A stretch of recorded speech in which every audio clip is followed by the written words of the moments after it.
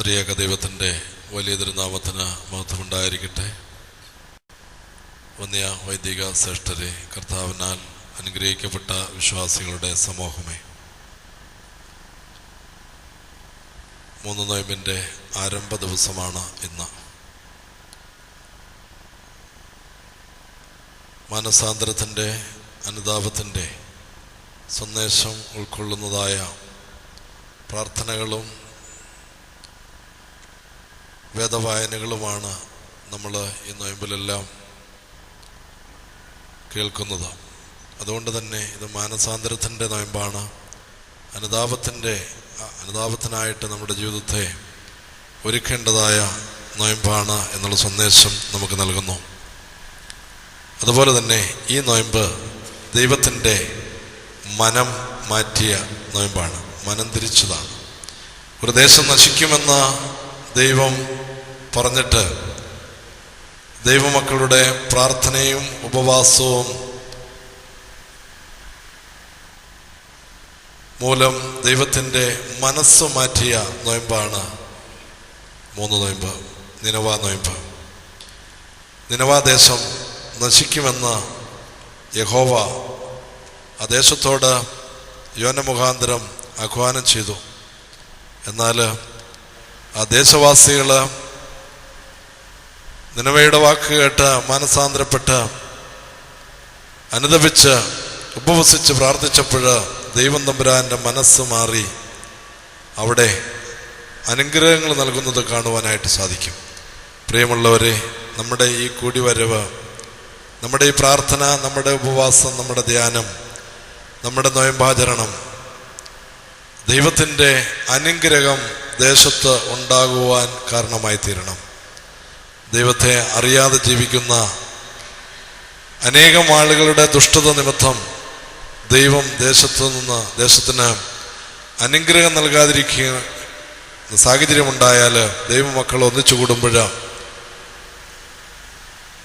ദൈവത്തിൻ്റെ കൃപ, പരിശുദ്ധാത്മാവിൻ്റെ സന്തോഷം, അനുഗ്രഹങ്ങൾ നമ്മുടെ വ്യക്തി ജീവിതത്തിലും കുടുംബജീവിതത്തിലും സമൂഹ ജീവിതത്തിലും ഉണ്ടാകും എന്നുള്ള കാര്യത്തിന് സംശയമില്ല. 3 നോയമ്പിൻ്റെ പ്രഥമ ദിവസത്തിൽ ധ്യാനം നയിക്കുന്നത് ബഹുമാനപ്പെട്ട പ്രൊഫസർ കുര്യൻ ഡാനിയൽ അച്ഛനാണ്. അച്ഛനെ ഈ സമൂഹത്തിന് പരിചയപ്പെടുത്തേണ്ടതായ ആവശ്യമില്ല.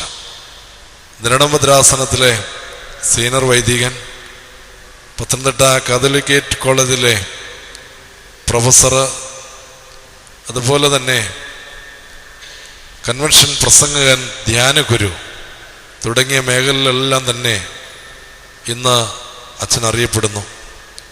ബേത്ലഹേം, കടപ്പുറ ബേത്ലഹേം പള്ളിയുടെ വികാരിയായിട്ട് ഇവിടെ ശുശ്രൂഷ അനുഷ്ഠിക്കുന്നു. ധ്യാനം നയിക്കുവാനായിട്ട് അച്ഛനോട് ആവശ്യപ്പെട്ടപ്പോൾ സന്തോഷപൂർവ്വം സ്വീകരിക്കുകയും കൃത്യസമയത്ത് തന്നെ ഇവിടെ എത്തിച്ചേരുകയും ചെയ്തു. എല്ലാവരുടെയും പേരിൽ അച്ഛനെ ധ്യാനത്തിനായിട്ട് ക്ഷണിക്കുന്നു. ഒരു വാക്ക് പ്രാർത്ഥിച്ച് ഇന്നത്തെ ധ്യാനവചനങ്ങൾ ആരംഭിക്കാം. ജീവൻ്റെ വചനങ്ങൾ നമുക്ക് നൽകിയവനായ ദൈവത്തെ സ്തുതിക്കാം. പരിശുദ്ധമായ ഈ നോമ്പുകാലം നമ്മുടെ ജീവിതത്തെ ദൈവമുൻപാകെ സമർപ്പിക്കുവാനും പോരായ്മകളെ പരിഹരിക്കുവാനും അനുതാപത്തിൻ്റെ, പശ്ചാത്താപത്തിൻ്റെ തീരുമാനങ്ങളുടെ നല്ല നാളുകളാക്കി തീർക്കുവാനും ദൈവമേ സഹായിക്കണമേ എന്ന് പ്രാർത്ഥിക്കാം. രോഗത്തിലും പ്രയാസത്തിലും മനോഭാരത്തിലുമായി വിവിധ ആശുപത്രികളിലും ഭവനങ്ങളിലുമായി കഴിയുന്നവരുണ്ടല്ലോ. നമ്മുടെ ബലഹീന പ്രാർത്ഥന ആവശ്യപ്പെട്ടിരിക്കുന്നവരെയൊക്കെയും ദൈവസന്നിധിയിൽ നമുക്ക് സമർപ്പിക്കാം. വിവിധങ്ങളായ നമ്മുടെ ആവശ്യങ്ങളും നമ്മെ അലട്ടുന്ന ചെറുതും വലുതുമായ എല്ലാ പ്രതിസന്ധികളും പ്രശ്നങ്ങളും ദൈവമുൻപാകെ താഴ്മയോടെ സമർപ്പിക്കാം. ജീവൻ്റെ വചനങ്ങൾ ഗ്രഹിക്കുവാൻ തക്കവണ്ണം ദൈവത്തിൻ്റെ പരിശുദ്ധാത്മാവെ ഞങ്ങളുടെ ഹൃദയ കണ്ണുകളെ തെളിക്കണമേ. ഞങ്ങൾ കേൾക്കുന്ന വചനങ്ങൾ പാഴായി പോവാതെ അത് അനുഗ്രഹീത ഫലം പുറപ്പെടുവിക്കുവാൻ തക്കവണ്ണം ഞങ്ങളുടെ ശരീരാത്മ ദേഹികളെ ഒരുക്കുകയും ചെയ്യുമാറാകണമേ. ആമേൻ. ത്രിയേക ദൈവത്തിൻ്റെ അതിപരിശുദ്ധമായ നാമം മഹത്വപ്പെടട്ടെ. അഭിവന്യ റംബാച്ചനും സ്നേഹമുള്ള വൈദിക സഹോദരങ്ങൾക്കും സന്നിഹിതരായിരിക്കുന്ന എല്ലാവർക്കും യേശുക്രിസ്തുവിൻ്റെ ധന്യനാമത്തിൽ ഈ പരിശുദ്ധമായ ദിനത്തിൽ സ്നേഹവന്ദനം അറിയിക്കുകയാണ്. പരിമല സെമിനാരിയുടെ മാനേജര് ബഹുമാന്യനായ MC കുര്യാക്കോസ് അച്ഛൻ ഇവിടെ സൂചിപ്പിച്ചതുപോലെ പരിശുദ്ധ സഭയുടെ മക്കൾ എന്ന നിലയിൽ വളരെ അനുഗ്രഹീതമായ ഒരു ശുശ്രൂഷയുടെ പ്രാരംഭത്തിലാണ് നാം ഏവരും ഈ പരിശുദ്ധ സ്ഥലത്ത് സമ്മേളിച്ചിട്ടുള്ളത്. കാനോനികമായി 5 നോമ്പുകൾ സഭയ്ക്കുണ്ടെന്ന് നമുക്കറിയാം. എന്നാൽ ഈ 5 നോമ്പുകൾക്കുപരിയായി വ്യക്തിഗതമായ നിലയിൽ ദൈവിക സാമീപ്യത്തിനും സാന്നിധ്യത്തിനും വേണ്ടി പ്രത്യേക നോമ്പുകൾ അനുഷ്ഠിക്കുന്നതിന് സഭ വിലക്കുന്നില്ല. എന്നാൽ ഈ 5 നോമ്പുകൾ കാനോനികം എന്ന നിലയിൽ വേർതിരിക്കുവാൻ കാരണം അത് അനുഷ്ഠിക്കേണ്ടത് നിർബന്ധപൂർവമായ ഒരാവശ്യമായി ഏതൊരു സഭാവിശ്വാസിയുടെയും ജീവിതത്തിൽ നിലനിൽക്കുന്നു എന്നുള്ളതിൻ്റെ സൂചനയാണ്. പലതുകൊണ്ടും അതിൽ 3 നോമ്പ് വളരെ പ്രാധാന്യം കൊടുത്ത് നാം അനുഷ്ഠിക്കുന്ന ഒരു കാലയളവാണ്. ഒരുപക്ഷെ ദൈർഘ്യം കുറവുള്ളത് കൊണ്ടാവാം, ഒരുപക്ഷെ 3 നോമ്പിൻ്റെ ഇതിവൃത്തം, അതുമായി ബന്ധപ്പെട്ടിരിക്കുന്ന പശ്ചാത്തലം അത് വളരെ പ്രാധാന്യമുള്ളത് കൊണ്ടാവാം. എന്തായിരുന്നാലും നമ്മുടെ മിക്ക പള്ളികളിലും നമ്മുടെ ദയറാകളിലും അതുപോലെ പൊതുസ്ഥാപനങ്ങളിലുമൊക്കെ ഈ ദിവസങ്ങളിൽ ധ്യാനപ്രസംഗങ്ങളും അനുതാപത്തിൻ്റെ ശുശ്രൂഷകളും നോമ്പിൻ്റെ അനുഷ്ഠാനങ്ങളും ഒക്കെ നടക്കുകയാണ്. അതുകൊണ്ട് ഇവിടെ കൂടിയിരിക്കുമ്പോൾ നാം നമുക്ക് വേണ്ടി പ്രാർത്ഥിക്കുവാനും നമ്മുടെ ജീവിതത്തെ ക്രമീകരിക്കുവാനും മാത്രമല്ല, ഈ പരിശുദ്ധ നോമ്പിൽ ഏതെങ്കിലും തരത്തിൽ എങ്ങനെയെങ്കിലും ഒക്കെ ബന്ധപ്പെടുന്ന എല്ലാവർക്കും ഇത് പശ്ചാത്താപത്തിൻ്റെയും അനുതാപത്തിൻ്റെയും തീരുമാനങ്ങളുടെയും ദിവസങ്ങളായി തീരുവാൻ തക്കവണ്ണം പ്രത്യേകം പ്രാർത്ഥിക്കണമെന്നുള്ള ഒരാമുഖ നിവേദനം നിങ്ങളുടെ മുൻപാകെ വയ്ക്കുകയാണ്. തൻ്റെ തൂലിക കൊണ്ട് സുറിയാനി സാഹിത്യത്തെ വളരെ സമ്പുഷ്ടനാക്കിയ ഒരു ശ്രേഷ്ഠനായ ആദ്യ പിതാവാണ് സെറൂഗിലെ വിശുദ്ധ മാർ യാക്കോബ്. ഒരുപക്ഷെ അദ്ദേഹത്തെക്കുറിച്ച് വായിച്ചിട്ടുള്ളവർ ഇവിടെ ഉണ്ടാവാം. സുറിയാനി സാഹിത്യത്തിൽ അല്പമല്ലാത്ത സംഭാവനകൾ പ്രത്യേകിച്ച് പദ്യവിഭാഗത്തിൽ നൽകിയിട്ടുള്ള ശ്രേഷ്ഠനായ ഒരു പിതാവാണ്. ഇത് നോമ്പുകാലമായതുകൊണ്ട് നോമ്പ് പ്രാർത്ഥനയോടുകൂടെ അനുഷ്ഠിക്കുമ്പോൾ അത് നമ്മുടെ ജീവിതത്തിൽ നൽകുന്ന അനുഗ്രഹം എന്താണെന്ന് അദ്ദേഹം പരാമർശിച്ചിട്ടുള്ളത് ഒന്ന് ഉദ്ധരിച്ചുകൊണ്ട് തുടങ്ങാം എന്ന് കരുതുകയാണ്. അദ്ദേഹം ഇങ്ങനെ എഴുതി: സൗമോ അക്ഹദ് ബസലൂസോ. സൗമോ എന്ന് പറഞ്ഞാൽ ഉപവാസം, നോമ്പ്. സ്ലൂസോ എന്ന് പറഞ്ഞാൽ പ്രാർത്ഥന.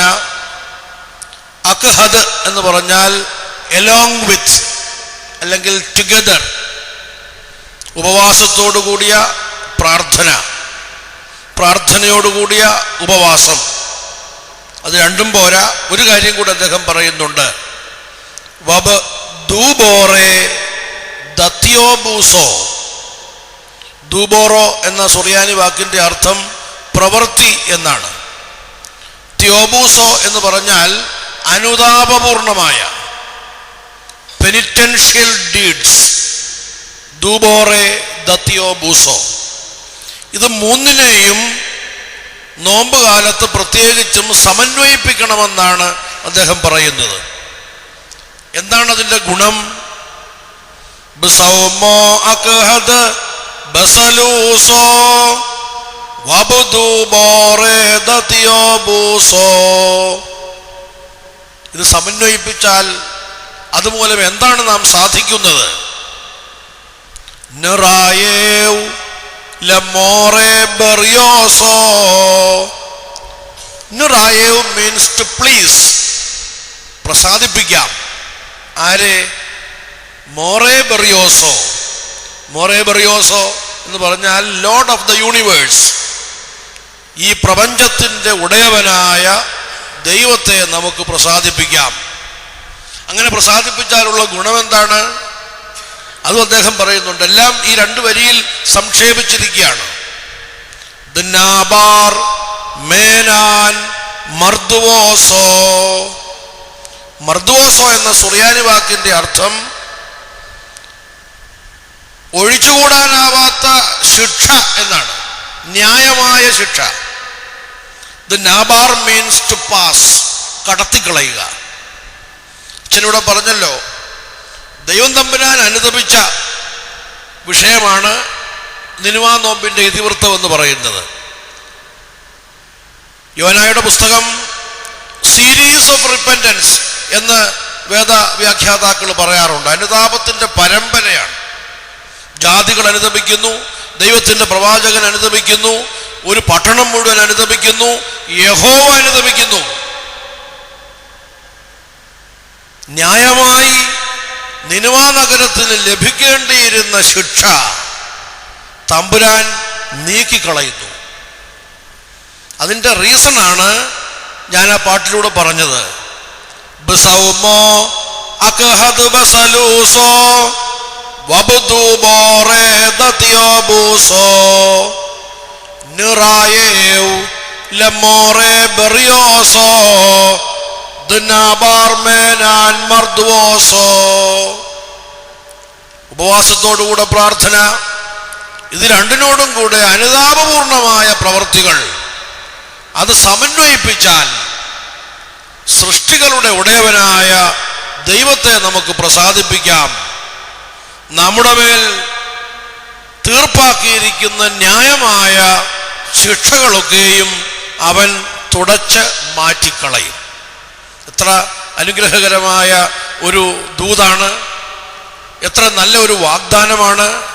അങ്ങനെയെങ്കിൽ അതിൻ്റെ പൂർണ്ണമായ തീഷ്ണതയോടുകൂടെ നാം നോമ്പനുഷ്ഠിക്കുന്നതിൽ, പ്രാർത്ഥിക്കുന്നതിൽ, അനുതാപപൂർണമായ പ്രവൃത്തികൾ ചെയ്യുന്നതിൽ എന്തിനാണ് മടിക്കുന്നത്? എന്തിനാണ് തീഷ്ണത കുറവ് കാണിക്കുന്നത്? അതുകൊണ്ട് വളരെ അനുഗ്രഹിക്കപ്പെട്ട ഒരു അനുഗ്രഹ വർഷത്തിൻ്റെ സന്ദർഭത്തിലേക്കാണ് നാം എത്തിച്ചേർന്നിരിക്കുന്നത് എന്ന് പ്രത്യേകം ഓർത്തുകൊണ്ട് നാം കേൾക്കുന്ന തിരുവചനങ്ങളിലൂടെ കർത്താവ് നമ്മെ അനുഗ്രഹിക്കുവാൻ തക്കവണ്ണം പൂർണ്ണമായ സമർപ്പണത്തോടുകൂടെ എല്ലാവരും ഈ ശുശ്രൂഷയിൽ സംബന്ധിക്കണമെന്ന് സ്നേഹപൂർവം ആവശ്യപ്പെടുകയാണ്. ഒരു ഹോംവർക്ക് നിങ്ങൾക്ക് തരികയാണ്. അത് ഇന്ന് ചെയ്യണമെന്ന് നിർബന്ധമില്ല. ഈ 3 നോമ്പിൻ്റെ കാലയളവിൽ ചെയ്യണം. ഒരു 20 മിനിറ്റ് മതി. യോനായുടെ പുസ്തകം 4 അധ്യായവും 48 വാക്യങ്ങളും മാത്രമേ ഉള്ളൂ.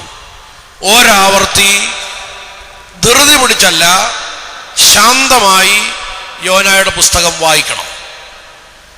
എല്ലാ 3 നോമ്പ് കാലത്തും നിർബന്ധമായും നാം ചെയ്യേണ്ട ഒരു കാര്യമാണ്. 4 അധ്യായവും 48 വാക്യവും ഒരു 20 മിനിറ്റ് കൊണ്ട് വളരെ സാവകാശത്തിൽ, അവധാനതയോടെ നമ്മുടെ മനസ്സിൽ ഓർത്ത് വായിക്കാൻ നമുക്ക് സാധിക്കും.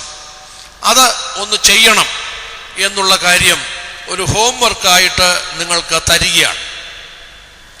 അമിത്ഥായുടെ പുത്രനാണ് യോന എന്ന് യോനയുടെ പുസ്തകത്തിൽ തന്നെ പറയുന്നുണ്ട്. മറ്റൊരിടത്ത് യോനായെ സംബന്ധിച്ചും അമിത്ഥായെ സംബന്ധിച്ചും അമിത്ഥായുടെ പട്ടണത്തെ സംബന്ധിച്ചുമൊക്കെ ഒരു പരാമർശമുള്ളത് രാജാക്കന്മാരുടെ പുസ്തകത്തിലാണ്. രാജാക്കന്മാരുടെ 2-ാം പുസ്തകം 14-ാം അധ്യായത്തിൻ്റെ 25-ാമത്തെ വാക്യത്തിൽ ഗത്ഹേഫർ പട്ടണക്കാരനായിട്ട് അമിത്ഥായെ സംബന്ധിച്ചിടത്തോളം പറയുന്നുണ്ട്. അമിത്ഥായുടെ മകനാണ് യോന എന്നുള്ളതും അവിടെ പറയുന്നുണ്ട്. അമിത്ഥ വേദപുസ്തകത്തിലെ പല പേരുകൾക്കും അർത്ഥപൂർണമായ വിശകലനങ്ങളും അർത്ഥവും ഉള്ളതാണെന്ന് നിങ്ങൾക്കറിയാമല്ലോ. അമിത്ഥ എന്ന വാക്കിൻ്റെ അർത്ഥം മൈ ട്രൂത്ത്, എൻ്റെ സത്യം എന്നുള്ളതാണ്. എന്നാൽ യോന എന്ന വാക്കിൻ്റെ അർത്ഥം പ്രാവെന്നാണ്. യൗനോ, യോന എന്ന് പറഞ്ഞാൽ പ്രാവ്. ഒത്തിരി സാമ്യങ്ങൾ വേദപുസ്തകത്തിലെ കഥാപാത്രങ്ങളുടെ പേരും അവരുടെ സ്വഭാവവും തമ്മിൽ പഠിക്കുമ്പോൾ ഉണ്ട് എന്നുള്ളത് കൊണ്ട് ഞാൻ ഈ 2 വ്യക്തികളുടെയും പേരിൻ്റെ അർത്ഥം ഇവിടെ പറഞ്ഞു എന്ന് മാത്രമേ ഉള്ളൂ. ഒരു ചരിത്ര പുസ്തകമായിട്ട് യോനായുടെ പുസ്തകത്തെ സമർത്ഥിക്കുന്നവരും കാണുന്നവരും പഠിക്കുന്നവരുമുണ്ട്. എന്നാൽ ചുരുക്കം പേരൊക്കെ ഇത് ഒന്നും സംഭവിച്ച കാര്യങ്ങളല്ല, ഒരു കെട്ടുകഥയാണ് എന്ന് പ്രചരിപ്പിക്കുന്നവരുമുണ്ട്. പക്ഷെ യോനായുടെ പുസ്തകം ഒരു കെട്ടുകഥയായിട്ട് ഒരിക്കലും നമുക്ക് കരുതുവാൻ സാധ്യമല്ല. കാരണം ചരിത്രവുമായി ബന്ധപ്പെട്ട കാര്യങ്ങൾ, പ്രത്യേകിച്ചും ഒരു പട്ടണവുമായും ഒരു വ്യക്തിയുമായിട്ടുമൊക്കെ ബന്ധപ്പെട്ട് കിടക്കുന്നത് കൊണ്ട് അത് കേവലം ഒരു കഥയോ ഉപമയോ ഒന്നുമാകാൻ തരമില്ല. വേദപുസ്തകത്തിൽ ഉപമകൾ നമ്മൾ കാണുന്നുണ്ടല്ലോ. ഒരു മനുഷ്യൻ വിതയ്ക്കാൻ പുറപ്പെട്ടു, വിതച്ചപ്പോൾ ചിലത് വഴിയരികിൽ വീണു, അത് പറവജാതി കൊണ്ടുപോയി. വിതച്ചവൻ ആരാണ്, വിതച്ചത് എവിടെയാണ്, വിതച്ച വിത്ത് എന്താണ്, ഒന്നും പറയുന്നില്ല. അത് ഒരു ഉപമയാണ്. ഒരു മനുഷ്യന് 2 പുത്രന്മാരുണ്ടായിരുന്നു, അതിൽ മൂത്തവൻ ഇളയവൻ എന്ന് പറയുന്ന മറ്റൊരു ഉപമയുണ്ട്. ഒരു മനുഷ്യന് 100 ആടുണ്ടായിരുന്നു. ഇങ്ങനെയൊക്കെയുള്ള ഉപമകൾ നമ്മൾ വേദപുസ്തകത്തിൽ കാണുന്നുണ്ട്. പക്ഷേ വളരെ വ്യക്തമായി പേരെടുത്ത് പറഞ്ഞ് ധനവാന്റെയും ലാസറിൻ്റെയും കാര്യം പറഞ്ഞിരിക്കുന്നത് ഒരിക്കലും ഉപമയല്ല. ചിലപ്പോൾ നമ്മൾ പറയും ധനവാന്റെയും ലാസറിൻ്റെയും ഉപമ എന്നൊക്കെ പറയും. തെറ്റാണ്.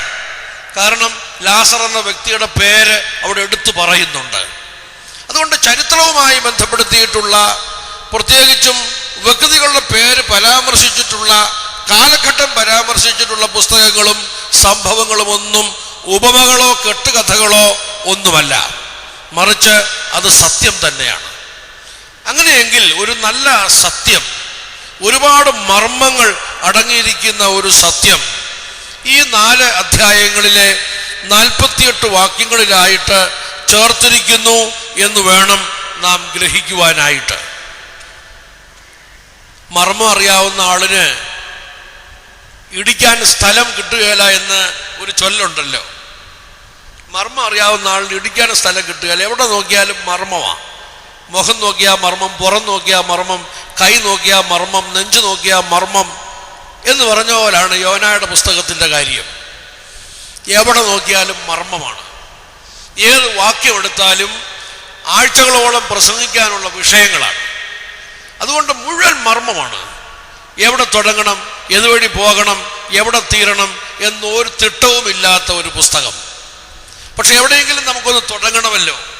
അതുകൊണ്ട് ഞാൻ ഈ 48 വാക്യങ്ങളിൽ നിന്ന് ഒരു വാക്യം ഇന്നത്തെ ചിന്തയ്ക്ക് കുറിവാക്യമായിട്ട് എടുക്കുവാൻ ആഗ്രഹിക്കുകയാണ്. ഇന്നത്തെ കുറിവാക്യം യോനായുടെ പുസ്തകം 1-ാം അധ്യായത്തിൻ്റെ 6-ാമത്തെ വാക്യമാണ്. കപ്പൽ പ്രമാണി യോനായെ കുലുക്കി വിളിച്ച് ചോദിക്കുന്ന ഒരു ചോദ്യമാണ്, നീ ഉറങ്ങുന്നതെന്ത്? നീ ഉറങ്ങുന്നതെന്ത്? Why are you sleeping? ഒത്തിരി അർത്ഥതലങ്ങളുള്ള ഒരു വാക്യമാണല്ലോ. വാസ്തവത്തിൽ ആത്മീയ ജീവിതത്തിൻ്റെ ഉന്നതമായ ഗമനത്തിൽ നിന്ന് വ്യതിചലനങ്ങൾ നമുക്കുണ്ടാവുമ്പോൾ, നമുക്ക് ആത്മീയമായ ഒരു ബേസ് ഉണ്ടെങ്കിൽ ദൈവത്തിൻ്റെ പരിശുദ്ധാത്മാവ് നമ്മോട് പലപ്പോഴും ചോദിക്കുന്ന ഒരു ചോദ്യമാണിത്, നീ ഉറങ്ങുന്നതെന്ത്?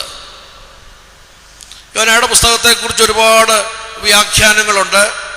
അങ്ങനെയുള്ള വ്യാഖ്യാനങ്ങൾ ഞാൻ അനവധി വായിച്ചിട്ടുണ്ട്. അതിലെനിക്ക് ഏറ്റവും ഇഷ്ടപ്പെട്ട ഒരു വ്യാഖ്യാനം, അത് ഭക്തിക്കും യുക്തിക്കും ബുദ്ധിക്കും സത്യത്തിനും ഒന്നും കുഴപ്പമില്ലാത്തതാണെങ്കിൽ നമുക്ക് സ്വീകരിക്കാമല്ലോ. ഞാൻ വായിച്ചത്, യോന കയറിയിരുന്ന കപ്പല് ലോകവും, യോനായെ വിഴുങ്ങിയ മത്സ്യം സഭയും, യോനായെ വിളിച്ച് ഉണർത്തിയ കപ്പൽ പ്രമാണി പരിശുദ്ധാത്മാവുമാകുന്നു. നമുക്ക് ഫുൾ സ്റ്റോപ്പ് ഇടണ്ട, അടിവരയിടണ്ട, അതങ്ങനെ തന്നെയാണെന്ന് ചിന്തിക്കുകയും വേണ്ട. പക്ഷേ ആ ഒരു വ്യാഖ്യാനത്തിലൂടെ ചിന്തിച്ചു കഴിഞ്ഞാൽ ഒത്തിരി ഒത്തിരി ആശയങ്ങൾ നമ്മുടെ ഉള്ളിലേക്ക് വരും. യോന കയറിയിരുന്ന കപ്പല് ലോകമാണ്. നാനാജാതി മതസ്ഥരായ ആളുകൾ അതിലുണ്ട്, വിവിധ ദൈവങ്ങളെ വിളിക്കുന്നവരുണ്ട്. യോനയെ വിഴുങ്ങിയ മത്സ്യം സഭയാണ്. യോനായെ പരുവപ്പെടുത്തിയെടുക്കുന്ന, യോനായെ ദൈവത്തിൻ്റെ ഇഷ്ടം നിറവേറ്റുവാൻ തക്കവണ്ണം സജ്ജനാക്കുന്ന ഒരു താവളമായിട്ട് ആ സഭയെ കാണുന്നു. കപ്പൽ പ്രമാണി യോനായെ കുലുക്കി വിളിച്ചതാണ് ഒരു വലിയ തിരിവിന് ആധാരമായിട്ട് യോനായിൽ സംഭവിക്കുന്ന വ്യത്യസ്തത എന്ന് പറയുന്നത്. ഞാൻ ആ വ്യാഖ്യാനത്തെ മുൻനിർത്തി മുൻപോട്ട് പോകാനല്ല ആഗ്രഹിക്കുന്നത്. എന്നാൽ ഇന്നത്തെ കുറിവാക്യം, വൈ ആർ യു സ്ലീപ്പിംഗ്, നീ ഉറങ്ങുന്നതെന്ത്? ഇതിന് തുടർച്ചയായിട്ട് കുറെ കാര്യങ്ങളുണ്ട്. എഴുന്നേറ്റ് നിന്റെ ദൈവത്തെ വിളിച്ചപേക്ഷിക്കുക, ഒരു പക്ഷേ അവൻ നമ്മുടെ പാപം പുറത്ത് നമ്മെ കാക്കുമായിരിക്കും. മറ്റുള്ളവരൊക്കെ ദൈവത്തെ വിളിച്ചപേക്ഷിക്കുന്നത് നീ കാണുന്നില്ലേ? ഒത്തിരി ഒത്തിരി കാര്യങ്ങൾ അനുബന്ധമായിട്ട് ആ വാക്യങ്ങൾക്കകത്തുണ്ട്. എന്നാൽ ഇവിടെ നമ്മൾ കാണുന്ന യോന, ഒരുപക്ഷെ നമ്മൾ വളരെയേറെ കുറ്റപ്പെടുത്തും യോനായെ. ചിലപ്പോൾ ദൈവത്തിൻ്റെ കൽപ്പന ലഭിച്ച ദൈവത്തിൻ്റെ പ്രവാചകൻ എന്തുകൊണ്ടാണ് ആ കൽപ്പന അനുസരിക്കാതെ കൂലി കൊടുത്ത് തർസോസിലേക്ക് പോയത്? ജാതികൾ ദൈവത്തെ വിളിച്ചപേക്ഷിച്ചപ്പോൾ എന്തുകൊണ്ടാണ് ദൈവത്തിൻ്റെ പ്രവാചകൻ കപ്പലിൻ്റെ അടിത്തട്ടിൽ കിടന്ന് ഉറങ്ങിയത്? അങ്ങനെയൊക്കെ പറഞ്ഞ് നമ്മൾ യോനായെ ചിലപ്പോൾ കുറ്റപ്പെടുത്തും. സത്യമാണ്, യോനായ്ക്ക് ഒരു സന്ദർഭത്തിൽ ഒരു നിസ്സംഗതയുണ്ടായി. പക്ഷെ അവിടെ കൊണ്ട് നമ്മൾ നിർത്തരുത്. യോനായുടെ തുടർന്നുള്ള ആ ഇടപെടലുകൾ, മനോഭാവങ്ങൾ നമ്മൾ പരിശോധിക്കുമ്പോൾ നിസ്സംഗനായ യോനായിൽ നിന്ന് ഉണർവുള്ളവനായ ഒരു യോനായെയും, പശ്ചാത്തപിക്കുന്ന ഒരു യോനായെയും, നിലവിളിക്കുന്ന ഒരു യോനായെയും നമ്മൾ കാണുന്നുണ്ടല്ലോ. അതുകൊണ്ട് ഈ ചോദ്യം യോനായ്ക്ക് വളരെ ഗൗരവതരമായ വ്യത്യസ്തത ജീവിതത്തിൽ വരുത്തിയ ഒരു ചോദ്യമാണ്. നിസ്സംഗനായ യോനായോടാണ് ചോദ്യം, വൈ ആർ യു സ്ലീപ്പിംഗ്? പക്ഷെ പിന്നെ നമ്മൾ കാണുന്ന യോന നിലവിളിക്കുന്ന ഒരു യോനായാണ്. ഈ നിസ്സംഗതയ്ക്കും നിലവിളിക്കും ഇടയിലുണ്ടായ 2-3 കാര്യങ്ങൾ ഞാൻ പറയാൻ പോകുകയാണ്. ഇത് ബുദ്ധിപരമായിട്ട് കുറെ കാര്യങ്ങൾ നിങ്ങളെ പഠിപ്പിക്കാനാണെന്ന് കരുതണ്ട. നമ്മൾ ഉറങ്ങിയാലും, നമ്മൾ ഉണർന്നിരുന്നാലും, നമ്മൾ നിസ്സംഗരായിരുന്നാലും, നമ്മൾ പിന്മാറ്റത്തിൽ പോയാലും ദൈവം നമ്മളെ ഉപയോഗിക്കും എന്നുള്ളതിൻ്റെ ഒരു തെളിവാണ് വാസ്തവത്തിൽ യോന ദീർഘദർശി. ദീർഘദർശിമാരുടെ കൂട്ടത്തിൽ ഏറ്റവും ചെറിയ പ്രസംഗം നടത്തിയ ആളാണ് യോന. ഒറ്റ വാചകമേ പറഞ്ഞുള്ളല്ലോ, ഇന്നേക്ക് 40 ദിവസത്തിനകം നിനുവ നശിച്ചു പോകും. പക്ഷെ വലിയ പ്രവാചകന്മാര് വരുത്തിയ വ്യത്യസ്തതയേക്കാൾ വലിയ വ്യത്യസ്തത വരുത്തുവാൻ ദൈവം ഉപയോഗിച്ച ഒരു മനുഷ്യനാണ് യോന. മറ്റൊരു ഭാഷയിൽ പറഞ്ഞാൽ ഉറങ്ങി സംഘടിപ്പിച്ച ആളാണ് യോന. ഇപ്പൊ ടെലിവിഷനിൽ കാണാനില്ല, കുറെ നാളുകൾക്ക് മുൻപ് ഒരു പരസ്യം ഉണ്ടായിരുന്നു. ഒരു ടീച്ചർ ഒരു ക്ലാസ്സിലേക്ക് വരുമ്പോൾ കുട്ടികൾ പലരും ഇങ്ങനെ വളരെ മൂഡ് ഔട്ടായിട്ടിരിക്കുന്നു, ഒരു കുട്ടി വളരെ സ്മാർട്ടായിട്ടിരിക്കുന്നു. അപ്പോൾ ആ കുട്ടിയോട് ടീച്ചർ ചോദിക്കും, എങ്ങനെ സംഘടിപ്പിച്ചു എന്ന്. അപ്പോൾ ആ കുട്ടി ഉടനെ മറുപടി പറയും, ഉറങ്ങി സംഘടിപ്പിച്ചു എന്ന്. സുനിദ്ര മാട്രസിൻ്റെ, ഞാൻ സുനിദ്ര മാട്രസിൻ്റെ പരസ്യക്കാരനല്ല, സുനിദ്ര മാട്രസിൻ്റെ ഒരു പരസ്യമായിരുന്നു പണ്ട് ടെലിവിഷനിലുണ്ടായിരുന്ന, ഉറങ്ങി സംഘടിപ്പിച്ചു. ഞാനത് ഓർക്കുമ്പോഴാണ് യോനയുടെ കാര്യം ഓർക്കും. വാസ്തവത്തിൽ ഉറങ്ങി സംഘടിപ്പിച്ച ആളാണ് യോന. യോന മാത്രമല്ല വേദപുസ്തകത്തിൽ ഉറങ്ങി സംഘടിപ്പിച്ച ആളായിട്ട് കാണുന്നത്. നിങ്ങളൊന്ന് ഓർത്ത് നോക്കിക്കോ, ഏലിയാ ദീർഘദർശി അല്ലേ, ചൂരച്ചെടിയുടെ തണലിൽ കിടന്ന് മരിക്കാൻ ആഗ്രഹിച്ച മനുഷ്യനാണ്. ഒന്ന് രാജാക്കന്മാരുടെ പുസ്തകം 17-ാം അധ്യായത്തിൽ പറയുന്നത്, എനിക്ക് മരിക്കണം, എനിക്ക് മരിക്കണം എന്ന് ആവർത്തിച്ചു പറഞ്ഞുകൊണ്ട് ചൂരച്ചെടിയുടെ തണലിൽ കിടന്ന് ഉറങ്ങിപ്പോയ മനുഷ്യനാണ് ഏലിയാ ദീർഘദർശി, അല്ലേ? പക്ഷെ അവിടെ നിന്ന് ഏലിയാവിനെ തമ്പുരാൻ കൈപിടിച്ച് കരേറ്റി, എഴുന്നേറ്റ് തിന്ന്, നിനക്ക് ദൂരയാത്ര ചെയ്യാനുണ്ട്. വീണ്ടും കിടന്നുറങ്ങി. അപ്പൊ എഴുന്നേറ്റ് തിന്ന് എന്ന് പറഞ്ഞിട്ട് അവനെ വീണ്ടും വിളിച്ചുണർത്തിയിട്ട് ദൈവത്തിന്റെ പർവ്വതമായ ഹോറേബിലേക്ക് കൊണ്ടുപോയി. അവിടെ നിന്ന് താഴ്വരയിലേക്ക് അവനെ ഇറക്കി വിട്ടു. അവന്റെ ശരീരത്തിൽ നിന്ന് വീണ പുതപ്പ് കൊണ്ട് അവന്റെ പിൻഗാമി ഒരു കടലിനെ ഭാഗിച്ചു. എത്ര അത്ഭുതങ്ങൾക്ക് അവൻ കാരണക്കാരനായി. ഉറങ്ങി സംഘടിപ്പിച്ച ഒരു മനുഷ്യനായിട്ടാണ് ഏലിയാവിനെ കാണുവാൻ സാധിക്കുന്നത്. യാക്കോബ് ഉറങ്ങി സംഘടിപ്പിച്ച ഒരു മനുഷ്യനാണല്ലേ? യേശാവുമായിട്ടുള്ള ഗുസ്തിയൊക്കെ നമുക്കറിയാം. ലാബാന്റെ വീട്ടിലേക്ക് പോകുമ്പോൾ ഒരു സ്ഥലത്ത് ക്ഷീണിതനായി കല്ലെടുത്ത് തലയണയായി വെച്ച് കിടന്നുറങ്ങിപ്പോയി. അവിടെ യാക്കോബിന് ഒരു ദർശനമുണ്ടായി. യാക്കോബിനെ തുടർന്ന് നമ്മൾ കാണുന്നത് അത്യുത്തമമായ സാക്ഷ്യത്തിന്റെ ഒരു വ്യക്തിത്വമായിട്ടാണല്ലോ. 35 പറയുന്നുണ്ട്, യാക്കോബ് തന്റെ കുടുംബക്കാരെ വിളിക്കുന്നുണ്ട്. Let us go to Bethel, നമുക്ക് ബഥേലിലേക്ക് പോകാം. അവിടെ എനിക്ക് ദർശനം തന്ന ഒരു ദൈവമുണ്ട്. നിങ്ങളെ ശുദ്ധീകരിക്കണം, നിങ്ങളുടെ വസ്ത്രം മാറണം, ദൈവത്തെ കാണണം എന്നൊക്കെ പറഞ്ഞ് യാക്കോബ് തന്റെ കുടുംബക്കാരെ വിളിക്കുന്നുണ്ട്. ഇന്നും നമ്മുടെ പൂർവ്വപിതാവാണ് യാക്കോബ് എന്ന് നമ്മൾ പറയുന്നുണ്ടല്ലോ.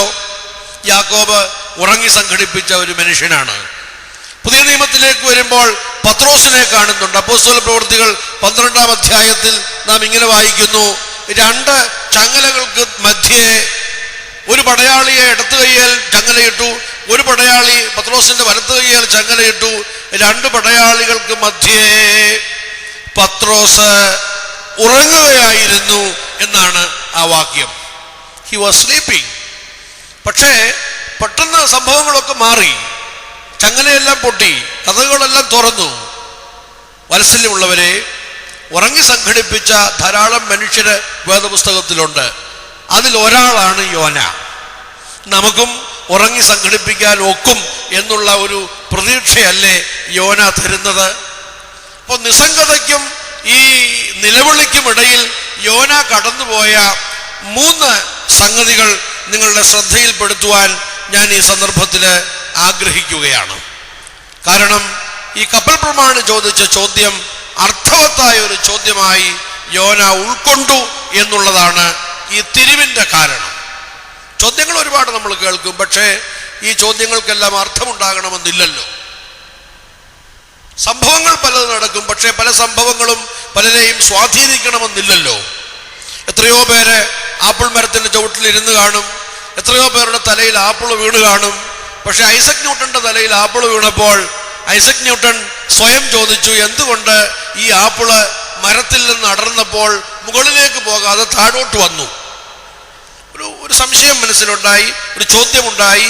ആ ചോദ്യത്തിൽ നിന്ന് അദ്ദേഹം സൃഷ്ടി ആരംഭിച്ചു. അങ്ങനെയാണ് ഗുരുത്വാകർഷണ ശക്തി, ഗ്രാവിറ്റേഷണൽ ഫോഴ്സ് എന്ന വലിയ തത്വം, ഫിസിക്സിൽ നൂതനമായ ഒരുപാട് ചലനങ്ങൾ സൃഷ്ടിച്ച ഒരു തത്വം അദ്ദേഹം മെനഞ്ഞുണ്ടാക്കുന്നത്. നമുക്കുമൊക്കെ ഒരുപാട് ദർശനങ്ങൾ, ഒരുപാട് ചോദ്യങ്ങൾ, ഒരുപാട് പ്രേരണകൾ ഒക്കെ പല രീതിയിൽ ലഭിക്കാറുണ്ട് ജീവിതത്തിൽ. പക്ഷെ തുടർ ചലനങ്ങൾ നമ്മിൽ ഉണ്ടാവുന്നില്ല. അത് നമ്മെ പോകേണ്ടിടത്തേക്ക് പോകുവാൻ അനുവദിക്കുന്നില്ല എന്നുള്ളതാണ് ദുഃഖകരമായ ഒരു സത്യം. പക്ഷേ കപ്പൽ പ്രമാണി യോനായെ കുലുക്കി വിളിച്ചപ്പോൾ, തു കോൻ ഹേ, തു കിധർ സേ ആതാ ഹൂം, തുമരാ നാം ക്യാ ഹേ, തുരുതുരാന്ന് ചോദ്യങ്ങളാണ്. യോന പറഞ്ഞ മറുപടിയാണ് എനിക്ക് ഒന്നാമത് നിങ്ങളുടെ ശ്രദ്ധയിൽ വയ്ക്കുവാനുള്ളത്. ഞാൻ പറഞ്ഞല്ലോ, യോനായുടെ നിസ്സംഗതയ്ക്കും യോനായുടെ നിലവിളിക്കും ഇടയിൽ സംഭവിക്കുന്ന ഉണർവിൻ്റെ 3 സൂചനകൾ പറയാൻ പോകുകയാണ്. അതിൽ ഒന്നാമത്തത് കപ്പൽ പ്രമാണിക്ക് യോന കൊടുക്കുന്ന മറുപടിയാണ്. എന്താണ് കപ്പൽ പ്രമാണിയോട് യോന പറഞ്ഞത്? കുലുക്കി വിളിച്ചപ്പോൾ, ഉറങ്ങിക്കിടന്നവനെ കുലുക്കി വിളിച്ചപ്പോൾ ഉറക്കത്തിൽ നിന്ന് എഴുന്നേറ്റ് ആദ്യം പറഞ്ഞത് എന്താണ്? തു കോൻ ഹേ, നീ ആരാണ് എന്ന് ചോദിച്ച ചോദ്യത്തിന് ഉത്തരം എന്താണ് യോന പറഞ്ഞത്? ഞാനൊരു എബ്രായൻ. ഒരിക്കലും നമ്മൾ മറക്കരുത് ഇത് കേട്ടോ. ഞാനൊരു എബ്രായൻ. പിന്നെ എന്താ പറഞ്ഞത്? ഞാൻ കടലും കരയും ഉണ്ടാക്കിയ സർവശക്തനായ ദൈവത്തെ ഭജിച്ചു വരുന്നു. നമുക്ക് ചിലപ്പോൾ മനസ്സിൽ തോന്നും, നാണോ ഇല്ലയോ ഇവനെന്ന് പറയാൻ. ഇവൻ ആരെക്കുറിച്ച് പറയുന്നു? ആ ദൈവം ഒരു നല്ല ദൂത് കൊടുത്ത് ഇവനെ നിനിവയിലേക്ക് നിയോഗിച്ചതാണ്. നീ ചെന്ന് നിനിവ നഗരത്തിനെതിരെ പ്രസംഗിക്കണം, നിനിവായുടെ ദുഷ്ടത കഠിനമായിരിക്കുന്നു, അതുകൊണ്ട് അവർക്കെതിരെ പ്രസംഗിക്കണമെന്നൊക്കെ പറഞ്ഞതാണ്. അതൊന്നും ഗൗനിക്കാതെ, എന്തുകൊണ്ടത് ഗൗനിച്ചില്ല എന്നുള്ളത് യോനായുടെ പുസ്തകം താഴേക്ക് വായിച്ചു വരുമ്പോൾ നമുക്ക് കാണാം. അത് യോനായുടെ അഹങ്കാരമൊന്നുമല്ല, യോന ദൈവത്തെക്കുറിച്ച് ശരിക്കും മനസ്സിലാക്കിയത് കൊണ്ടാണ് ആ കൽപ്പന ലംഘിച്ചത്. നീ മഹാകരുണയും ദയയും ദീർഘക്ഷമയും ഉള്ളവനാണെന്ന് എനിക്കറിയാം, നീ ഇതൊക്കെ പറഞ്ഞാലും അവരോട് ക്ഷമിക്കും എന്നെനിക്കറിയാം, അതുകൊണ്ടാണ് ഞാൻ പോകാതിരുന്നതെന്ന് യോന പിന്നീട് പറയുന്നുണ്ട്. എന്നിരുന്നാലും യോനായുടെ ഈ മറുപടി വളരെ ശ്രദ്ധിക്കപ്പെടേണ്ടതാണ്. ഞാനൊരു എബ്രായൻ, ഞാൻ കടലും കരയും ഉണ്ടാക്കിയ യഹോവയെ ഭജിച്ചു വരുന്നു. വാത്സല്യമുള്ളവരെ, നമ്മൾ രക്ഷപ്പെടാൻ ഏറ്റവും ഇമ്പോർട്ടൻ്റ് ആയിട്ടുള്ള ഒരു പഴുതാണിത്. നമ്മളൊക്കെ പരിശുദ്ധ മാമോദീസ സ്വീകരിച്ച് കർത്താവിൻ്റെ സഭയിൽ രക്ഷണ്യമായി വളർത്തപ്പെട്ട് അടിസ്ഥാനപരമായി ആത്മീയ ശിക്ഷണം ലഭിച്ച് മുൻപോട്ട് വരുന്നവരാണ്. അങ്ങനെയുള്ള മനുഷ്യര് തെറ്റിപ്പോയാലും കുറ്റത്തിലകപ്പെട്ടാലും ദൈവസന്നിധിയിൽ നിന്ന് അകന്നു പോയാലും അവരുടെ ഉള്ളിൻ്റെ ഉള്ളിൽ ഒരു ദൈവഭയം ഉണ്ടാവും. ഞാൻ ആരാണ് എന്നുള്ള ഒരു സെൽഫ് അവയർനെസ്, അത് മതി ദൈവത്തിന് തുടങ്ങാൻ. യോഹന്നാൻ ശ്ലീഹ പറയുന്നുണ്ട്, അടിവരയിട്ട് പറയുന്നുണ്ട്, ഒരുവൻ തനിക്ക് പാപമില്ലെന്ന് പറഞ്ഞാൽ അവൻ വഞ്ചകനാണ്, കള്ളനാണ്, അവനെ തന്നെ അസത്യവാദിയാക്കുകയാണ്. നമുക്ക് പാപമില്ലെന്ന് നമുക്ക് ആർക്കും പറയാൻ ഒക്കുകയില്ല. ഈ ഒരു ടെലിവിഷനിൽ പെന്തക്കോസ്തിലെ പാസ്റ്റർമാർ തമ്മിൽ ഭയങ്കര സംവാദമാണ്. കൊല്ലത്തെ ഷമീർ പാസ്റ്റർ പറഞ്ഞു, ഞാൻ രക്ഷിക്കപ്പെട്ട് കഴിഞ്ഞാൽ പിന്നെ എനിക്ക് പാപമില്ല. അപ്പം വേറൊരു സജിത് പാസ്റ്റർ പറഞ്ഞു, അങ്ങനെയല്ല, രക്ഷിക്കപ്പെട്ടാലും പാപമുണ്ട്. ഇതിനെക്കുറിച്ച് ഇപ്പോൾ തർക്കം നടന്നുകൊണ്ടിരിക്കുകയാണ്. ഇൻഡിപെൻഡന്റ് ചർച്ചസ് ഓരോരുത്തരുടെ ചുമതലയിൽ ഫോം ചെയ്തിട്ട് അവരൊക്കെ ഇപ്പോൾ ദൈവശാസ്ത്രത്തെക്കുറിച്ച് വളരെ ഘോരഘോരം ചർച്ച നടത്തുകയാണ്. നമ്മളെന്താ അടിസ്ഥാനപരമായി മനസ്സിലാക്കിയിരിക്കുന്നത്? മനുഷ്യൻ ബേസിക്കലി പാപ സ്വഭാവമുള്ളവനാണ്. അതാണ് തമ്പുരാൻ പറഞ്ഞത്, നിന്റെ പാപം കടും ചുവപ്പായിരുന്നാലും ഹിമം പോലെ വെളുപ്പിക്കാൻ എനിക്ക് സാധിക്കും. You repent and come back, അനുതപിച്ച് തിരിച്ചു വരണം. എന്നുകൊണ്ട് നമുക്ക് ഒരിക്കലും പാപമില്ലാത്ത ഒരവസ്ഥയിൽ ഈ ഭൂമിയിൽ കഴിയാമെന്നാണോ വിചാരം? ഒരിക്കലുമല്ല. ദൈവപുത്രനായ ക്രിസ്തു ഒഴികെ മറ്റാരും ഈ ഭൂമിയിൽ പാപമില്ലാത്ത ഒരു മനുഷ്യനില്ല.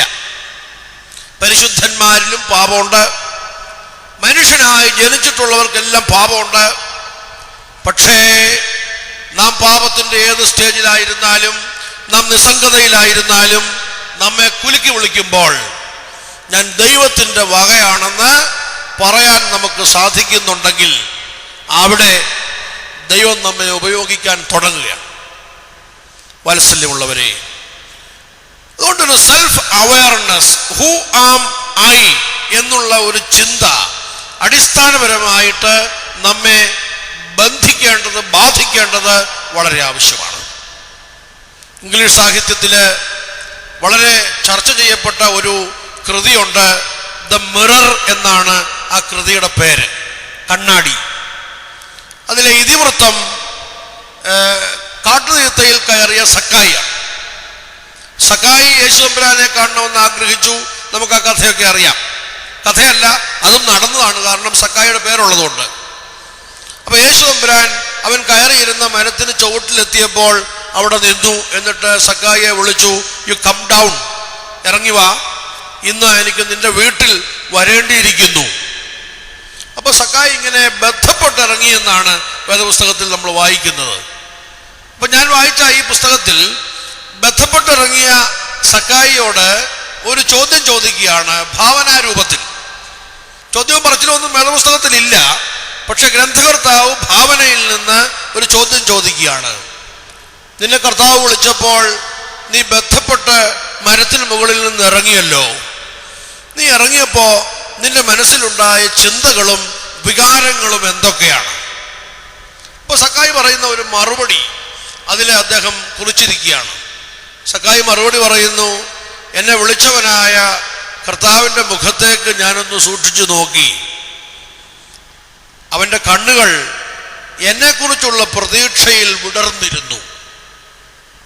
എന്നെ എന്തുമാത്രം സ്വാധീനിച്ച ഒരു വിവരണമാണെന്നറിയാമോ? കർത്താവിൻ്റെ കണ്ണുകൾ എന്നെക്കുറിച്ചുള്ള പ്രതീക്ഷയിൽ വിടർന്നിരുന്നു. ഞാൻ ചുങ്കക്കാരനാണ്, ജനം എന്നെ വെറുക്കുന്നവനാണ്, ഞാൻ രൂപഭംഗിയുള്ളവനല്ല, പൊക്കമുള്ളവനല്ല. പക്ഷേ കർത്താവിന് എന്നെക്കുറിച്ചൊരു പ്രതീക്ഷയുണ്ടെന്ന് അവൻ്റെ കണ്ണുകളിൽ ഞാൻ മനസ്സിലാക്കി. അവൻ്റെ വിടർന്ന കണ്ണുകളിൽ എന്നെക്കുറിച്ച് അവനുണ്ടായിരുന്ന ഒരു പദ്ധതി ഞാൻ വായിച്ച് അറിഞ്ഞു. God has a project on all of us. സക്കായിയെ കുറിച്ച് മാത്രമല്ല, യോനായെ കുറിച്ച് മാത്രമല്ല, നിനവായെ കുറിച്ച് മാത്രമല്ല, ഇന്നലെയും ഇന്നും നാളെയും തന്നെ നോക്കി വിളിക്കുന്ന സകല ഭക്തന്മാരെ കുറിച്ചും കർത്താവിന് ഒരു പദ്ധതിയുണ്ട്. ആ പദ്ധതി വായിച്ച് അറിയണമെങ്കിൽ ബേസിക്കായിട്ട് നമ്മുടെ ഉള്ളിൽ ഒരാഗ്രഹമുണ്ടാവണം, ഞാൻ ദൈവത്തിൻ്റെ വകയാണെന്ന്. സക്കായിക്ക് അനുഗ്രഹമെല്ലാം ഉണ്ടാവാൻ കാരണം എന്താണ്? പരിമിതി കൊണ്ട് തമ്പുരാനെ കാണാൻ സാധിക്കാതെ വന്നപ്പോൾ അതിനെ അതിജീവിക്കാൻ ഒരു മാർഗം സക്കായി കണ്ടെത്തി. അതുകൊണ്ട് എന്താ അവനുണ്ടായ ഗുണം? ഇന്നും വീടുകൂതാശയ്ക്ക് നമ്മുടെ വീടുകളിലൊക്കെ വായിക്കുന്ന എവൻഗേലിയോൻ ഭാഗം ശുദ്ധമുള്ള ലൂക്കോസിന് സുവിശേഷം 17 അധ്യായമല്ലേ? യേശു പോയ പല വീടുകളെ കുറിച്ച് വേദപുസ്തകത്തിൽ പറയുന്നുണ്ട്. പക്ഷേ സക്കായിയുടെ വീട്ടിൽ മാത്രം യേശു എന്തു പറഞ്ഞു? ഇന്ന് ഈ വീടിന് രക്ഷയുണ്ടായി. കർത്താവ് ബ്ലസ് ചെയ്തു എന്ന് പറയുന്ന ഏക ഭവനം സക്കായിയുടെ ഭവനമായി. കാരണം ഒരു ഇനിഷിയേഷൻ, ഒരു തുടക്കം സക്കായിയുടെ ഭാഗത്തു നിന്നുണ്ടായി. അതുപോലെ ഒരു ഇനിഷിയേഷനാണ് യോനായുടെ ഭാഗത്തുണ്ടാവുന്നത്. ഞാനൊരു എബ്രായൻ. വാത്സല്യമുള്ളവരെ, നിരാശയാണ് മനുഷ്യനെ കാർന്നു തിന്നുന്ന ഏറ്റവും വലിയ രോഗം. നമ്മുടെ സകല പുരോഗതിയും തടസ്സപ്പെടുത്തി ദൈവസന്നിധിയിലേക്കുള്ള നമ്മുടെ വളർച്ചയെല്ലാം മുരടിപ്പിച്ച് ഒരുപക്ഷെ ചിലരെ അത് ആത്മഹത്യയിലേക്ക് പോലും തള്ളിവിടുന്നുണ്ടല്ലോ. ജീവിതത്തെക്കുറിച്ച് മടുപ്പ് തോന്നുക, ഇനി എന്തിന് ഞാൻ ജീവിക്കണമെന്നൊരു ചിന്ത വരിക, എന്നെ ദൈവം ഉൾക്കൊള്ളുമോ, ദൈവം എന്നെ സ്നേഹിക്കുമോ എന്നൊരു സംശയം വരിക. ഇതൊന്നുമില്ലാത്ത ഒരു വ്യക്തിയായിട്ട് യോനായെ കാണുന്നു. ഞാനൊരു എബ്രായൻ എന്ന് പറഞ്ഞതിനോടുകൂടെ കടലിൽ ക്ഷോഭിച്ചിരിക്കുകയാണ്, കപ്പൽ ഇളകി മറിയുകയാണ്. പക്ഷെ യോന പറഞ്ഞു, കടലും കരയും ഉണ്ടാക്കിയ യഹോവയാണ് ഞാൻ ഭജിച്ചു വരുന്നത്. വാത്സല്യമുള്ളവരെ, ഈ അടിസ്ഥാനപരമായ ഒരു സ്നേഹചിന്ത, ദൈവിക ബന്ധം നമ്മുടെ ഉള്ളിൽ നമ്മൾ ഉറപ്പിക്കണമെങ്കിൽ നമ്മൾ എന്തു പ്രാപിച്ചു, നാം ആരാണ് എന്നൊരു ബോധ്യം നമുക്ക് വേണം. ഇന്ന് ഹാർവസ്റ്റും ശാലോമും അതുപോലെ പവർ വിഷനും ഒക്കെ തുറന്നു കഴിഞ്ഞാൽ, അല്ലെങ്കിൽ യൂട്യൂബ് സെർച്ച് ചെയ്ത് കഴിഞ്ഞാൽ ഏതെല്ലാം തരത്തിലുള്ള ഉണർവ് പ്രസംഗങ്ങളാണ് നമ്മൾ കേൾക്കുന്നത്. സ്റ്റേജും എല്ലാം തല്ലിപ്പൊളിച്ച് കിടന്ന് വായും പേയും വെച്ച് ബഹളമുണ്ടാക്കി മനുഷ്യനെ ഉരുട്ടി താഴെയിട്ട് എന്തെല്ലാം പണികളാണ് കാണിക്കുന്നത്. ഇവിടെ കണ്ടു, നിന്റെ നീളത്തോടെ ഒരു മുഴം കൂട്ടുവാൻ നിനക്ക് സാധിക്കുമോ? നിന്റെ മുടിയിൽ ഒരെണ്ണം കറുപ്പിക്കാനോ വെളുപ്പിക്കാനോ നിനക്ക് സാധിക്കുമോ എന്നൊക്കെ വചനമുള്ളപ്പോൾ ഒരാള് ഒരുത്തൻ്റെ കാല് വലിച്ച് നീട്ടുന്നു. എനിക്കറിയാൻ പാടില്ല ഇത് എന്തെല്ലാം വക്രതയും വഞ്ചനയും കള്ളത്തരവുമാണ് ആത്മീയ ലോകത്ത് നടക്കുന്നത്. അടിസ്ഥാനപരമായി ദൈവത്തെ ഉള്ളിൽ വഹിച്ചിരിക്കുന്നവൻ പ്രതിസന്ധികളോ ഭാരങ്ങളോ പ്രശ്നങ്ങളോ അകൽച്ചകളോ എന്തും വന്നുകൊള്ളട്ടെ, ഞാൻ ദൈവത്തിൻ്റെ വകയാണ്, എന്നുള്ള ഒരു ഉത്തമ ബോധ്യം. ഞാനൊരു എബ്രായൻ എന്ന് യോന പറഞ്ഞതുപോലെ ഞാൻ ദൈവത്തിൻ്റെ വക, അവൻ്റെ അഭിഷേകം എന്നിലുണ്ട്, ഞാൻ ദൈവത്തിൻ്റെ മന്ദിരമാണ്, കടലും കരയും ഉണ്ടാക്കിയ ദൈവം എൻ്റെ രക്ഷകനാണ് എന്നുള്ള ഒരു ഉത്തമ ബോധ്യം. എം മുകുന്ദൻ്റെ ഒരു കഥയുണ്ട്, പ്രഭാതം മുതൽ പ്രഭാതം വരെ. ഒരു ചെറുപ്പക്കാരനെ വളരെ കഷ്ടപ്പെട്ട് അവൻ്റെ ബാല്യം മുതൽ വളർത്തിക്കൊണ്ടുവന്ന് അപ്പനെയും അമ്മയും വിട്ടിട്ട് അവൻ ദീർഘനാള് പുറത്തു പോയി ജോലി ചെയ്തു. ഇന്ത്യക്ക് വെളിയിൽ ജോലി ചെയ്തിട്ട് അവൻ മടങ്ങി വരികയാണ്.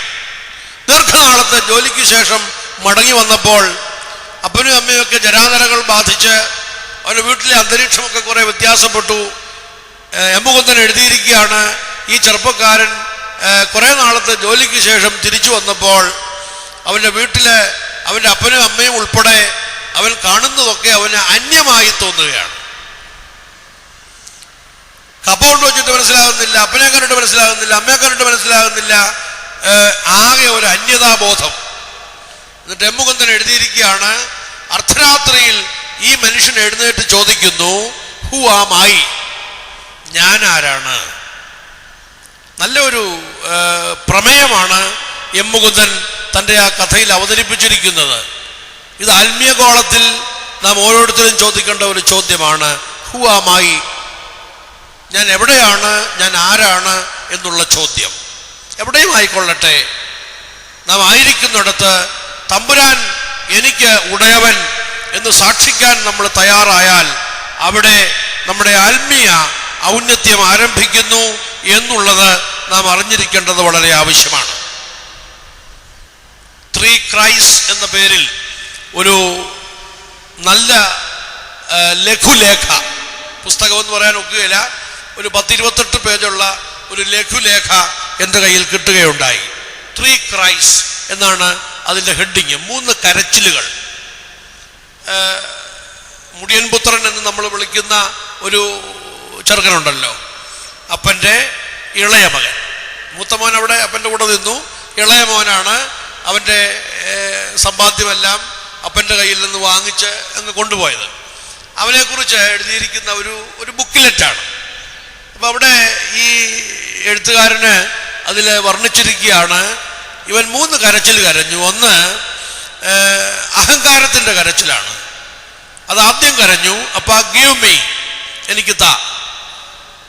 പിന്നൊരു കരച്ചില് അനുതാപത്തിൻ്റെ കരച്ചിലാണ്, അപ്പ I have sinned before you, ഞാൻ നിന്നോട് പാപം ചെയ്തു പോയി. പിന്നൊരു കരച്ചില് സമർപ്പണത്തിൻ്റെ കരച്ചിലാണ്, അപ്പ make me as one of your hired servants, നിന്റെ കൂലിക്കാരിൽ ഒരുത്തിനെ പോലെ എന്നെ ആക്കണമേ. ഞാൻ പറഞ്ഞു വരുന്നത്, ഈ ലീഫ്ലെറ്റിൻ്റെ, ഈ ബുക്ക്ലെറ്റിൻ്റെ രചയിതാവ് സമർത്ഥിക്കുവാൻ ആഗ്രഹിക്കുന്ന ഒരു പ്രമേയമുണ്ട്. ഈ ചെറുപ്പക്കാരൻ, ഈ കൊച്ചൻ അപ്പൻ്റെ കൂടെ സന്തോഷമായിട്ട് കഴിഞ്ഞിരുന്നവനാണ്. അവൻ്റെ അഹങ്കാരം കൊണ്ട് അവൻ്റെ സ്വന്തം ഇഷ്ടപ്രകാരം എല്ലാം ചോദിച്ചു വാങ്ങിച്ചു പോയതാണ്. കണക്കായിപ്പോയി എന്ന് നമ്മൾ പറയും ചിലപ്പോൾ. അവനെല്ലാം നാനാവിധമാക്കി എന്നുള്ളതും ശരിയാണ്. അവസാനം പന്നിക്ക് പോലും ലഭിക്കുന്ന ഭക്ഷണം കിട്ടാതെ വന്നപ്പോൾ ഹി കെയിം ടു ഹിംസെൽഫ്, അവനിലേക്ക് വന്നു. അവിടെയും ഉപാധി കൂടാതെ അവനെ സ്വീകരിക്കുന്ന ഒരു ദൈവം ഉണ്ടായിരുന്നു. കാരണം അവന് ഒരു ചിന്തയുണ്ടായി, എൻ്റെ അപ്പൻ്റെ വീട്ടിൽ കൂലിവേലക്കാര് കഴിച്ച് അവശേഷിപ്പിക്കുമ്പോഴാണോ ഞാനിവിടെ പട്ടിണി കൊണ്ട് മരിക്കുന്നത്? So I will arise and I will go. വാത്സല്യമുള്ളവരെ, യോനായുടെ അപ്പോഴത്തെ സ്ഥിതി നമ്മൾ ഓർത്തോണം. ദൈവത്തിൻ്റെ കൽപ്പന ലംഘിച്ച് കൂലി കൊടുത്ത് കപ്പലിൻ്റെ അടിത്തട്ടിൽ കിടന്ന് ഉറങ്ങുകയാണ്. പക്ഷെ അപ്പോഴും അവന് എഴുന്നേൽക്കണമെന്നൊരാഗ്രഹം. അതാണല്ലോ ആദ്യ പടി. നമ്മൾ ആരാണ് എന്നുള്ള ഒരു തിരിച്ചറിവിൽ നിന്ന് എഴുന്നേൽക്കണമെന്നൊരാഗ്രഹം. അതുകൊണ്ടാണ് ഞാൻ ഈ 1-ാം അധ്യായത്തിൻ്റെ 9-ാം വാക്യം ആദ്യം സൂചിപ്പിച്ചത്. ഞാനൊരു എബ്രായൻ, കടലും കരയും ഉണ്ടാക്കിയ ദൈവത്തെ ഞാൻ ഭജിച്ചു വരുന്നു. രണ്ടാമത് 1-ാം അധ്യായത്തിൽ തന്നെ 12-ാം വാക്യത്തിൻ്റെ ബി പാർട്ട്, അതാണ് ഞാൻ സൂചിപ്പിക്കുന്ന രണ്ടാമത്തെ വാക്യം. 1-ാം അധ്യായം 12-ാം വാക്യത്തിൻ്റെ ബി പാർട്ട്.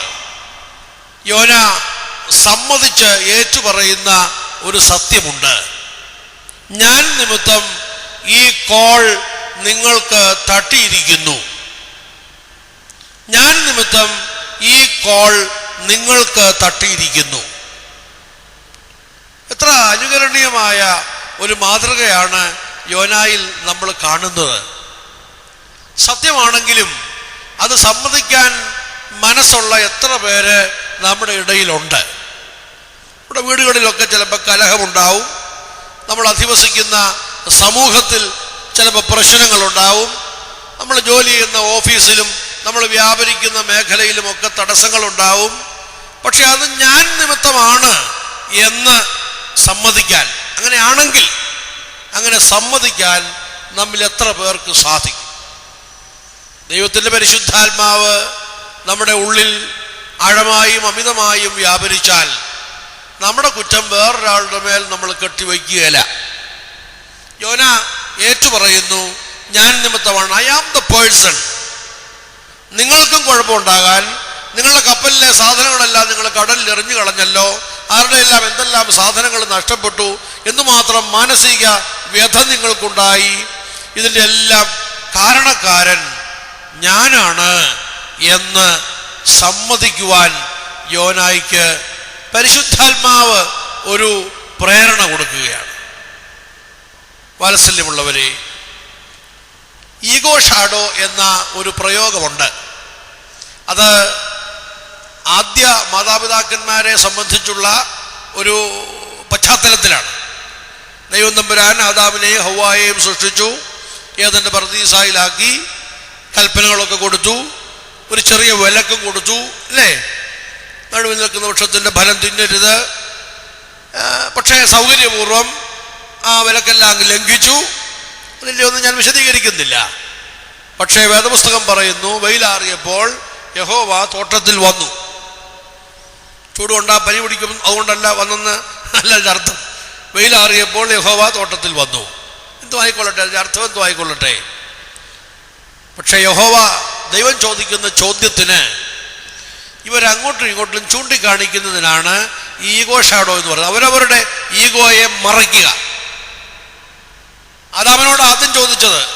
അപ്പൊ ആദാം പറഞ്ഞു, ആ നിൽക്കുന്ന നീ എനിക്ക് കൂട്ടിന് തന്ന സ്ത്രീയാണ് ഈ കുഴപ്പങ്ങൾക്കെല്ലാം കാരണം. അപ്പോൾ തൻ്റെ ആദ്യമൊക്കെ പറഞ്ഞു തന്നെ, അവള് എൻ്റെ അസ്ഥിയിൽ നിന്നുള്ള അസ്ഥി, എൻ്റെ മാംസത്തിൽ നിന്നുള്ള മാംസം എന്നൊക്കെ പറഞ്ഞവന് ഒരു വ്യത്യസ്തതാഭാവത്തിലേക്ക് പോവുകയാണ്. പ്രതിയാക്കപ്പെട്ടപ്പോൾ നീ എനിക്ക് കൂട്ടിന് തന്ന സ്ത്രീ. സ്ത്രീയോട് ചോദിച്ചപ്പോൾ സ്ത്രീയെ പാമ്പിനെ ചൂണ്ടിക്കാണിക്കുന്നു. പാമ്പാണ് ഞങ്ങളെ ചതിച്ചത്. ഈ ഒരു പ്രതിഭാസത്തിന് വേദചിന്തകന്മാർ പ്രയോഗിക്കുന്ന ഒരു ടെർമിനോളജിയാണ് ഈഗോ ഷാഡോ എന്ന് പറയുന്നത്. അവരവരുടെ കുഴപ്പങ്ങൾ സമ്മതിക്കാൻ മനസ്സില്ലാതെ ഒന്ന് മൂടി വയ്ക്കുക, മറ്റുള്ളവനെ പഴിയാരുക. ഞാൻ നിമിത്തമല്ല ഈ കുഴപ്പമുണ്ടായത്, അവനാണ് ഇതിൻ്റെ കാരണം. അങ്ങനെയാണല്ലോ പലപ്പോഴും പല പ്രശ്നങ്ങളും ഉണ്ടാവുന്നത്. അങ്ങനെയാണല്ലോ അൺഎൻഡിങ് ക്വാറൽസ് ഉണ്ടാവുന്നത്, ഒരിക്കലും അസ്തമിക്കാത്ത വഴക്കുകൾ ഉണ്ടാവുന്നത്. കലഹങ്ങൾ, വീട്ടിലെ കലഹങ്ങൾ, സമൂഹത്തിലെ കലഹങ്ങൾ, ഇടവകയിലെ കലഹങ്ങൾ ഒക്കെ എന്തുകൊണ്ട് സംഭവിക്കുന്നു എന്ന് ചോദിച്ചാൽ അതിൻ്റെ അടിസ്ഥാനപരമായ കാരണം തെറ്റ് എൻ്റെ ഭാഗത്താണെങ്കിൽ അത് സമ്മതിക്കാൻ എനിക്ക് മനസ്സില്ലാത്തതാണ്. അവിടെ നമ്മൾ ബന്ധങ്ങളുമൊക്കെ അങ്ങ് മറക്കുന്നു. നമ്മൾ ഒക്കെ കപടതയാണെന്ന് മറ്റുള്ളവർക്ക് തോന്നത്തക്ക നിലയിൽ എല്ലാം ചെയ്യുന്നു. ചെങ്ങന്നൂർ ഭദ്രാസനത്തിൽ എനിക്ക് സീനിയറായ ഒരു വൈദികൻ, അദ്ദേഹം അവിടെ ഈ ദമ്പതികൾക്ക് കൗൺസിലിംഗ് കൊടുക്കുന്ന ഒരു അച്ഛനാണ്. അച്ഛൻ്റെ അടുത്ത് വന്ന ഒരു കേസ് എന്നോട് അടുത്ത ഇടയിൽ പറയുകയുണ്ടായി. അപ്പോൾ വീട്ടിൽ കലഹമുണ്ടായി. 1.5 വയസ്സുള്ള ഒരു കുഞ്ഞുണ്ട്, ഹസ്ബൻഡ് ആൻഡ് വൈഫ്, അവർക്കൊരു കുഞ്ഞ്. കലഹത്തിൻ്റെ കാരണം വളരെ നിസ്സാരമാണ്, വളരെ നിസ്സാരം. രാവിലെ പുട്ടെടുത്ത് പൊടിച്ച് പഴമിട്ട് ഇളക്കാനായിട്ട് കുഴച്ച് ഒരു ഉരുള വാരിയപ്പോൾ താഴെ ഒരു ബലം, താഴോട്ടൊരു പിടുത്തം പോലെ നോക്കിയപ്പോൾ ഒരു മുടി ഇതിലിങ്ങനെ തൂക്കി നിൽക്കുക. അപ്പോൾ ഹസ്ബൻഡിന് ഒത്തിരി ദേഷ്യമൊന്നും വന്നില്ല, എന്നാലും അല്പം ദേഷ്യം വന്നു. ഏതാണ്ടൊന്ന് അവളോട് പറഞ്ഞു കഴിഞ്ഞപ്പോഴത്തേക്ക് ഇവള് ഒന്ന് പറഞ്ഞാൽ രണ്ടങ്ങോട്ട് പറഞ്ഞു, നാലിങ്ങോട്ട് പറഞ്ഞു. അവസാനം വലിയ വഴക്കായി, കൈവപ്പ് വരെയായി. കൈവപ്പെന്ന് പറഞ്ഞാൽ പട്ടംകൊടയല്ല, അല്ലാത്ത കൈവപ്പുണ്ടല്ലോ, കൈവപ്പ് വരെയായി. വിഷയങ്ങളായി, വീടുകളിൽ അറിഞ്ഞു. അവസാനം ഇവർ തമ്മിൽ മിണ്ടാതായി, വലിയ പ്രശ്നമായി. പ്രശ്നം പെണ്ണിൻ്റെ അപ്പനും അമ്മയും കൂടെ ഇടപെട്ട് ഈ അച്ഛൻ്റെ അടുത്ത് ഇവരെ ഒന്ന് കൊണ്ടുപോയി നമുക്കൊന്ന് സമരിയാക്കാം എന്ന് വിചാരിച്ച് ചെന്നതാണ്. അപ്പോൾ അച്ഛന് ഈ ഭർത്താവിനോട് പറഞ്ഞു, എന്നാലും പുട്ടിലെ ഒരു മുടി കണ്ടത് ഇത്ര വലിയ വിഷയമാക്കേണ്ട കാര്യം ഉണ്ടായിരുന്നോ? ഈയിടെ ഈ പുത്തമ്പലക്കലച്ഛന് പ്രസംഗിച്ചപ്പോൾ പറയുന്നത് കേട്ടു, ഈ മുടി കിട്ടിയ വിഷയം ഏതാണ്ട് പറഞ്ഞപ്പോൾ ഈ അച്ഛൻ പറയായിരുന്നു, ഞാനായിരുന്നേ പറഞ്ഞേനെ ആലീസെ നിന്റെ മുടിക്ക് നീളം കൂടിയിട്ടുണ്ടല്ലോടി എന്ന് പറഞ്ഞേനെ. അങ്ങനെ പറഞ്ഞാൽ അതങ്ങ് വിട്ടേനെ. പക്ഷേ ഇത് വലിയ വിഷയമാക്കേണ്ട കാര്യം ഉണ്ടായിരുന്നോ? അപ്പോൾ ഈ ഭാര്യയോട് ചോദിച്ചു അച്ഛന്, നിന്റെ ഭർത്താവ് ഒന്ന് വഴക്ക് പറഞ്ഞെന്ന് വിചാരിച്ച് ഇത്ര വിഷയമാക്കേണ്ട കാര്യം ഉണ്ടായിരുന്നോ? അപ്പോൾ ഈ അച്ഛൻ പറയുകയാണ്, അച്ഛാ ഈ വീട്ടുകാരത്തി എന്നോട് പറയുകയാണ്, അച്ഛാ അത്രയും ആയിരുന്നേ കുഴപ്പമില്ലായിരുന്നു. അപ്പോൾ അവളുടെ പൂർവ്വകഥയിലേക്ക് പോയി. അപ്പോൾ ഈ വീട്ടുകാരത്തി വളരെ സങ്കടത്തോടെ പറയുകയാണ്, അച്ഛനറിയാമോ, ഈ മനുഷ്യനും ഞാനും ഒന്നിച്ച് കോളേജിൽ പഠിച്ചതാണ്. എന്നെ ഈ മനുഷ്യൻ സ്നേഹിച്ച് കല്യാണം കഴിച്ചതാണ്. എത്രയോ തവണ ഈ മനുഷ്യൻ എന്നോട് പറഞ്ഞിരിക്കുന്നു, നിന്റെ മുടി പോലെ ഭംഗിയുള്ള ഒരു മുടി ഈ ലോകത്തിൽ ആർക്കും ഞാൻ കണ്ടിട്ടില്ല. അച്ഛനറിയാമോ, ഈ മനുഷ്യൻ എൻ്റെ ഒരു മുടി വാങ്ങിച്ച് അങ്ങേരുടെ കണക്ക് പുസ്തകത്തിൽ വെച്ചോണ്ട് എത്രയോ നാൾ നടന്നാണെന്നറിയാമോ? അത്രമാത്രം എൻ്റെ മുടിയെ സ്നേഹിച്ച ഈ മനുഷ്യൻ പുട്ടിനകത്ത് ഒരു മുടി കണ്ടപ്പോൾ ഇതെല്ലാം മറന്നല്ലോ എന്നുള്ളതാ എൻ്റെ ദുഃഖം. അത് ന്യായമായിട്ട് അംഗീകരിക്കേണ്ടതാ അല്ലേ? അത് നമ്മൾ അംഗീകരിക്കേണ്ടതാണ്. മുടിയുടെ വിഷയമല്ല. ഈ മനുഷ്യൻ 1.5 കൊല്ലം മുമ്പ് പറഞ്ഞ ഈ വാക്കുകളെല്ലാം പാഴ്വാക്കുകളായിരുന്നല്ലോ. ഇന്ന് അങ്ങനെ ഒരു വലിയ വിഷയം നമ്മുടെ കുടുംബങ്ങളിലൊക്കെ ഉണ്ട് കേട്ടോ. മാതാപിതാക്കളും മക്കളും തമ്മിലുള്ള ബന്ധത്തിലും, ഭാര്യാഭർത്തൃ ബന്ധത്തിലും, ഇടവകയിലെ ഉള്ള ബന്ധത്തിലുമെല്ലാം ഈ പറയുന്ന വാക്കുകൾ പാഴ്വാക്കുകളാണല്ലോ എന്നുള്ള ഒരു ചിന്തയിൽ അടിസ്ഥാനപരമായിട്ടുള്ള അകൽച്ച സംഭവിക്കുന്നു എന്നുള്ളതാണ്. ദോസ്ത് ദോസ്ത് ന രഹ, പ്യാർ പ്യാർ ന രഹ, സിന്ദഗി കി ഭാഗ്മേം അകേലാ രഹ എന്നൊരു പാട്ടുണ്ടല്ലോ ദോസ്തി എന്ന ചിത്രത്തില്. ഹിറ്റായ പാട്ടാണ്. അതൊക്കെ പലരും കണ്ടിട്ടുള്ളതായിരിക്കുകയല്ല, എന്നാലും അതിനകത്ത് വലിയ പ്രമേയമുണ്ട്. സ്നേഹം സ്നേഹമല്ലാതായി, സ്നേഹിതനല്ലാതായി, ജീവിതത്തിൻ്റെ വഴിത്താരയിൽ ഞാൻ ഏകനായി. അതുകൊണ്ട് പലരും ഇന്ന് ഭ്രാന്ത് പിടിച്ച് നടക്കുകയാണ്. ഞാൻ ഈയിടെ കണ്ടു, മാരാമൺ കൺവെൻഷനിൽ നമ്മുടെ കാലം ചെയ്ത സക്കറിയാസ് സഫർഗൻ മെത്രാപ്പൊലീത്ത തിരുമേനി കഴിഞ്ഞതിൻ്റെ മുമ്പത്തെ വർഷം ഒരു പാട്ട് പാടി. ആ പാട്ട് നമ്മുടെ ഉസ്താദ് ഹോട്ടലിലെ പാട്ടാണ്. അപ്പങ്ങളെമ്പാടും ഒറ്റയ്ക്കു ചുട്ടമ്മായി, അമ്മായി ചുട്ടത് മരുമോനുക്കായി. ആ പാട്ടിൻ്റെ അടുത്ത 2 വരി കഴിയുമ്പോൾ, കച്ചവടം പൊട്ടിയപ്പോൾ വട്ടായിപ്പോയി. ഞാൻ പലവട്ടം ആ പാട്ടിങ്ങനെ കേട്ടു. തിരുമേനി, സക്കറിയാസ് തിരുമേനി ശീലവും കോലവും എല്ലാം ഒത്ത ഒരു തിരുമേനിയാണല്ലോ. തിരുമേനിമാർക്കെല്ലാം ഈ വേഷം നല്ലപോലെ ചേരുമെങ്കിലും സക്കറിയാസ് തിരുമേനിക്ക് ആ വേഷം നല്ല ഇണക്കമാണ്, നല്ല ഒരു ലുക്കാണ്. അപ്പോൾ തിരുമേനിൻ്റെ ആ പാട്ട് നിങ്ങൾ യൂട്യൂബിൽ കയറിയാൽ കിട്ടും കേട്ടോ. അപ്പോൾ തിരുമേനി പറഞ്ഞു വരുന്നത്, കച്ചവടം പൊട്ടിയപ്പോൾ ഉസ്താദ് ഹോട്ടലിലെ അമ്മായിക്ക് മാത്രമേ വട്ടായുള്ളൂ, പക്ഷെ ഇന്ന് പലയിടത്തും വട്ടാണ്.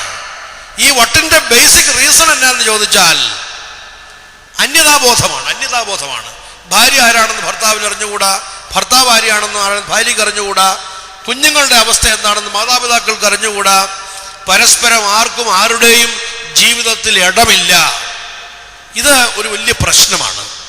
ഈ ഇടമില്ലാതെ വരുന്നത് എന്തുകൊണ്ടാണ്? സമ്മതിക്കാൻ തയ്യാറല്ല. ഞാൻ നിന്റെ അപ്പനാണ്, ഞാൻ നിന്റെ അമ്മയാണ്, ഞാൻ നിങ്ങളുടെ മക്കളാണ് എന്ന് പൂർണ്ണ മനസ്സോടെ സമ്മതിക്കുവാനും, കുറ്റങ്ങൾ സംഭവിച്ചാൽ അത് എൻ്റെ കുഴപ്പമാണ് എന്ന് ഏറ്റുപറയുവാനും സാധിക്കുന്നില്ല എന്നുള്ളതാണ് പ്രിയമുള്ളവരെ. ഈ ഒരു സാഹചര്യത്തിൽ നമ്മുടെ പരിശുദ്ധ പിതാക്കന്മാർ നമുക്ക് നൽകിയിരിക്കുന്ന കൂദാശകളിൽ വളരെ പ്രധാനപ്പെട്ട ഒരു കൂദാശയാകുന്ന കുമ്പസാരം എന്ന വിശുദ്ധ കൂദാശയിലേക്ക് ഞാൻ നിങ്ങളുടെ ശ്രദ്ധ ഒന്ന് ക്ഷണിക്കട്ടെ. കുമ്പസാരം എന്ന് പലരും മറന്നുപോയിരിക്കുകയാണ്. ഹൂസോയോയുടെ പിടിയിൽ അകപ്പെട്ടിട്ട് ഇന്ന് കുമ്പസാരം പലരും മറന്നുപോയിരിക്കുകയാണ്. എൻ്റെ ഓർമ്മയാണ്, ഓർക്കുന്നുണ്ട്. കുമ്പസാരത്തിന് വരുന്നവർ നേരത്തെ വിശുദ്ധ കുർബാനക്രമമൊക്കെ എടുത്ത് പള്ളിക്കകത്ത് വന്നിരുന്ന് കുറേ നേരം ആ പാപത്തിൻ്റെ പട്ടികകളൊക്കെ ഒന്ന് വായിച്ച് അതിലേതൊക്കെ എൻ്റെ ജീവിതത്തിൽ സംഭവിച്ചിട്ടുണ്ട് എന്ന് വിശകലനം ചെയ്തിട്ട് ഞാൻ മഹാപാപി, ഞാൻ പിഴയാളി എന്ന് സ്വയം ഓർത്തുകൊണ്ട് 51-ാം സങ്കീർത്തനവും ഒക്കെ ചൊല്ലി കുമ്പസാരിക്കാൻ വരുന്ന കാഴ്ചകൾ കണ്ടിട്ടുണ്ട്, അങ്ങനെ ചെയ്തിട്ടുണ്ട്. പക്ഷെ ഇന്ന് എന്തുകൊണ്ടോ വളരെ ലാഘവ ബുദ്ധിയോടെ അതെടുക്കുന്നു എന്നുള്ളത് ദുഃഖകരമായൊരു സത്യമാണ്. കുറവുകൾ കണ്ടെത്തണം. കുറവുകൾ കണ്ടെത്താത്ത പക്ഷം രക്ഷപ്പെടാൻ പ്രയാസമാണ്. സക്കായിയുടെ വീട്ടിൽ ചെന്ന യേശു തമ്പുരാൻ സക്കായിയെ വഴക്കൊന്നും പറഞ്ഞില്ലല്ലോ. അവിടെ ഇരുന്ന് ഒരു പക്ഷേ സക്കായിയുടെ ഭാര്യ കൊണ്ടുവന്ന് വെച്ച ഭക്ഷണം വല്ലതും പതുക്കെ കഴിച്ചുകൊണ്ടിരുന്ന് കാണും. കാരണം ഒരു അൺഎക്സ്പെക്റ്റഡ് ആയിട്ട് ഒരു VIP വീട്ടിൽ വന്ന് കയറിയതല്ലേ. പക്ഷെ സക്കായിയുടെ മനസ്സ് കത്തിക്കൊണ്ടിരുന്നു അല്ലേ. സക്കായി വായു തുറന്ന് പറഞ്ഞു, എൻ്റെ വസ്തുക്കളിൽ പകുതി ഞാൻ ദരിദ്രർക്ക് കൊടുക്കുന്നു. കാരണം സക്കായിയെ അലട്ടിയിരുന്ന വലിയ പ്രശ്നം സക്കായിക്ക് യേശുവിൻ്റെ സാന്നിധ്യത്തിൽ തിരിഞ്ഞു കിട്ടി. ഞാൻ ഒത്തിരി പേരുടെ അത് കളിപ്പിച്ചു വാങ്ങിച്ചു. ഒരുപാട് പേരുടെ പ്രാക്കും ശാപവും എല്ലാം എൻ്റെ മേൽ കിടപ്പുണ്ട്. അതുകൊണ്ട് ഞാൻ അത് ഏറ്റുപറയേണ്ട ഒരു പാപമാണ്. അതുകൊണ്ട് അന്യായമായി സമ്പാദിച്ചതെല്ലാം ഞാൻ 4 മടങ്ങായിട്ട് തിരിച്ചു കൊടുക്കുന്നു. അതും കൂടെ പറഞ്ഞു കഴിഞ്ഞപ്പോഴാണ് കർത്താവ് സംസാരിക്കാൻ തുടങ്ങിയത് അല്ലേ. ആദ്യത്തേത് പറഞ്ഞപ്പോൾ കർത്താവ് ഒന്നും മിണ്ടിയില്ലല്ലോ. എൻ്റെ വസ്തുക്കൾ പകുതി ഞാൻ ദരിദ്രർക്ക് കൊടുക്കുന്നു. അപ്പം എനിക്ക് തോന്നുന്നത് കർത്താവ് മിണ്ടാതിരുന്നതിൻ്റെ കാരണം അതുകൊണ്ടായില്ല. അപ്പോൾ ഓൾറെഡി അവൻ്റെ പകുതി പോയി, പകുതി സമ്പത്ത് പോയി. പിന്നെ പറഞ്ഞത് സാഹസികമായൊരു കാര്യമാണ്. അന്യായമായി ഞാൻ സമ്പാദിച്ചതെല്ലാം 4 മടങ്ങായിട്ട് തിരിച്ചു കൊടുക്കുന്നു. വാത്സല്യമുള്ളവരെ, താൻ ആരാണെന്ന് സ്വയം മനസ്സിലാക്കി എൻ്റെ കുഴപ്പം എന്താണെന്ന് സ്വയം സമ്മതിക്കാൻ തയ്യാറായ സന്ദർഭത്തിൽ അവിടെ അനുഗ്രഹത്തിൻ്റെ മാരി ചൊരിയുകയാണ്. തമ്പുരാൻ അനുഗ്രഹത്തിൻ്റെ കലവറ മലർക്കെ ആ ഭവനത്തിൻ്റെ മേൽ തുറന്ന് വർഷിക്കുകയാണ്. നമുക്കും സാധിക്കണം. ഞാൻ നിമിത്തമാണ് ഈ കോൾ തട്ടിയതെങ്കിൽ അങ്ങനെ പറയാൻ നമുക്ക് സാധിക്കണം. മറിച്ച് മറ്റുള്ളവരുടെ മേൽ പഴിചാരുവാനും നമ്മുടെ ആത്മീയതയ്ക്ക് കണക്ക് പറഞ്ഞ് നമ്മൾ ആത്മീയ അഹന്തയിൽ കഴിയാനുമാണ് ആഗ്രഹിക്കുന്നതെങ്കിൽ രക്ഷയില്ല. ഇതിൽ പലപ്പോഴും നമ്മെ സഹായിക്കാത്ത ഒരു ഘടകം ഞാൻ പറയട്ടെ. നമ്മുടെ നോമ്പിലെ ഇപ്പം ഇനിയും 18 ദിവസം കഴിഞ്ഞാൽ ഉടനെ വലിയ നോമ്പൊക്കെ വരികയാണല്ലോ. നോമ്പിലെ ഒരു പ്രാർത്ഥനയിൽ പറയുന്നുണ്ട്, അനുതപിക്കണമെന്ന്, എൻ്റെ കുറ്റം കണ്ടെത്തണമെന്ന്, അത് ഏറ്റു പറയണമെന്ന് എനിക്ക് ആഗ്രഹമൊക്കെ ഉണ്ട്. പക്ഷേ എൻ്റെ ആരോ അതിന് സമ്മതിക്കുന്നില്ല. ആരാന്ന് പറയാമോ? അനുതപിക്കണമെന്ന് ആഗ്രഹമുണ്ട്, എൻ്റെ ഡാഷ് അതിന് സമ്മതിക്കുന്നില്ല. അഹങ്കാര മനസ്സ്. ഒരു സംശയവും വേണ്ട, അന്നും ഇന്നും എല്ലാം അത് കണക്കാണ്. അഹങ്കാര മനസ്സ് നമുക്ക് വന്നുപോയോ, ഞാൻ പിഴയാളി, എൻ്റെ കുഴപ്പം എന്ന് പറയാൻ നമുക്ക് ഒരിക്കലും ഒക്കത്തില്ല. അതുകൊണ്ട് അഗസ്തീനോസ് പറഞ്ഞത്, pride made Angel into devil. അഹന്ത മാലാഖയെ ചെകുത്താനാക്കി മാറ്റി. Humility, meekness, repentance, simplicity makes മാൻ ഇൻടു ഏഞ്ചൽ. എവിടെ വിനയമുണ്ടോ, എവിടെ താഴ്മയുണ്ടോ, എവിടെ അനുതാപമുണ്ടോ, എവിടെ പശ്ചാത്താപമുണ്ടോ, അവിടം മനുഷ്യൻ മാലാഖയുടെ ഗണത്തിലേക്ക് ഉയരുകയാണ്. ദൈവം നമ്മെ നീതീകരിക്കണമെങ്കിൽ, ദൈവസന്നിധിയിൽ നമുക്ക് ന്യായീകരണം വേണമെങ്കിൽ നാം ആരാണെന്ന് പൂർണ്ണമായും സമ്മതിക്കണം. കർത്താവ് സൂക്ഷ്മ നിരീക്ഷണം നടത്തിയ ആളാണല്ലോ. കർത്താവ് വലിയ ഇന്റർനാഷണൽ കാര്യങ്ങളൊന്നും പറഞ്ഞില്ലല്ലോ. 3.5 കൊല്ലം പറയാൻ 30 കൊല്ലം ഒരുങ്ങി കർത്താവ് അല്ലേ. ഞങ്ങളൊക്കെ സെമിനാരിയിൽ 4 കൊല്ലം ഒരുങ്ങും, 40 കൊല്ലം പറഞ്ഞു കളയും. പക്ഷെ തമ്പുരാൻ 30 കൊല്ലം ഒരുങ്ങി 3.5 കൊല്ലം പറഞ്ഞതൊക്കെ എന്നാ വളരെ സിമ്പിളായിട്ട്, വയലിലെ താമരയെ നോക്ക്, ആ പുൽച്ചെടിയെ നോക്ക്, കാക്കയെ നോക്ക് അല്ലേ. വളരെ സിമ്പിളായിട്ടുള്ള കാര്യങ്ങൾ. നേർച്ചയിടാൻ വന്ന ആ പാവപ്പെട്ട സ്ത്രീയെ കർത്താവ് വാച്ച് ചെയ്തു. തൻ്റെ വസ്ത്രത്തിൻ്റെ തൊങ്ങലിൽ വന്ന ആരും അറിയരുതെന്ന് വിചാരിച്ച് തൊട്ട ആ രക്തസ്രാവക്കാരി സ്ത്രീയെ കർത്താവ് നോട്ട് ചെയ്തു. ഒന്നും കർത്താവിൻ്റെ ദൃഷ്ടിപഥത്തിൽ നിന്ന് പോയില്ലല്ലോ. രണ്ടുപേര് പ്രാർത്ഥിക്കാൻ വന്ന് ദൈവാലയത്തിൽ നിന്നും അവരെയും കർത്താവ് നോട്ട് ചെയ്തു. ഒരാള് പരീശനും ഒരാള് ചുങ്കക്കാരനും. പരീശൻ പറഞ്ഞതൊന്നും കളവല്ല. അവൻ ദാനധർമ്മം ചെയ്യുന്നുണ്ട്, ഉപവസിക്കുന്നുണ്ട്, പ്രാർത്ഥിക്കുന്നുണ്ട്, എല്ലാം ചെയ്യുന്നുണ്ട്. പക്ഷെ ഒരു കാര്യത്തിൽ മാത്രം അവൻ പെശകിപ്പോയി. അവൻ ദൈവസന്നിധിയിൽ നിന്ന് പ്രാർത്ഥിച്ചു പറഞ്ഞു, praise the Lord that I am not he. അവൻ എന്തിനാ പ്രൈസ് ദ ലോർഡ് പറഞ്ഞത്? പ്രൈസ് ദ ലോർഡ് എന്ന് തന്നെ അവൻ പറഞ്ഞത്. ദൈവത്തെ ഞാൻ സ്തുതിക്കുന്നു. എന്തിന്? ഞാൻ അവനല്ലാത്തതിന്. നോക്കണം, ആ നിൽക്കുന്ന ചുങ്കക്കാരനെ പോലെ അല്ലാത്തതിനാൽ ഞാൻ നിന്നെ സ്തുതിക്കുന്നു. ഞാൻ ദാനധർമ്മം ചെയ്യുന്നവനും ഉപവസിക്കുന്നവനും പതാരം കൊടുക്കുന്നവനും, പക്ഷെ അവന് അതിനൊന്നും സാധിക്കുന്നില്ലല്ലോ, പ്രാർത്ഥിക്കാൻ ഒക്കുന്നില്ലല്ലോ.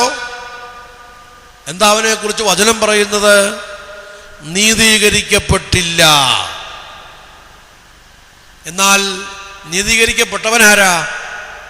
ചുങ്കക്കാരൻ. അവൻ്റെ ഗുണമെന്നാ?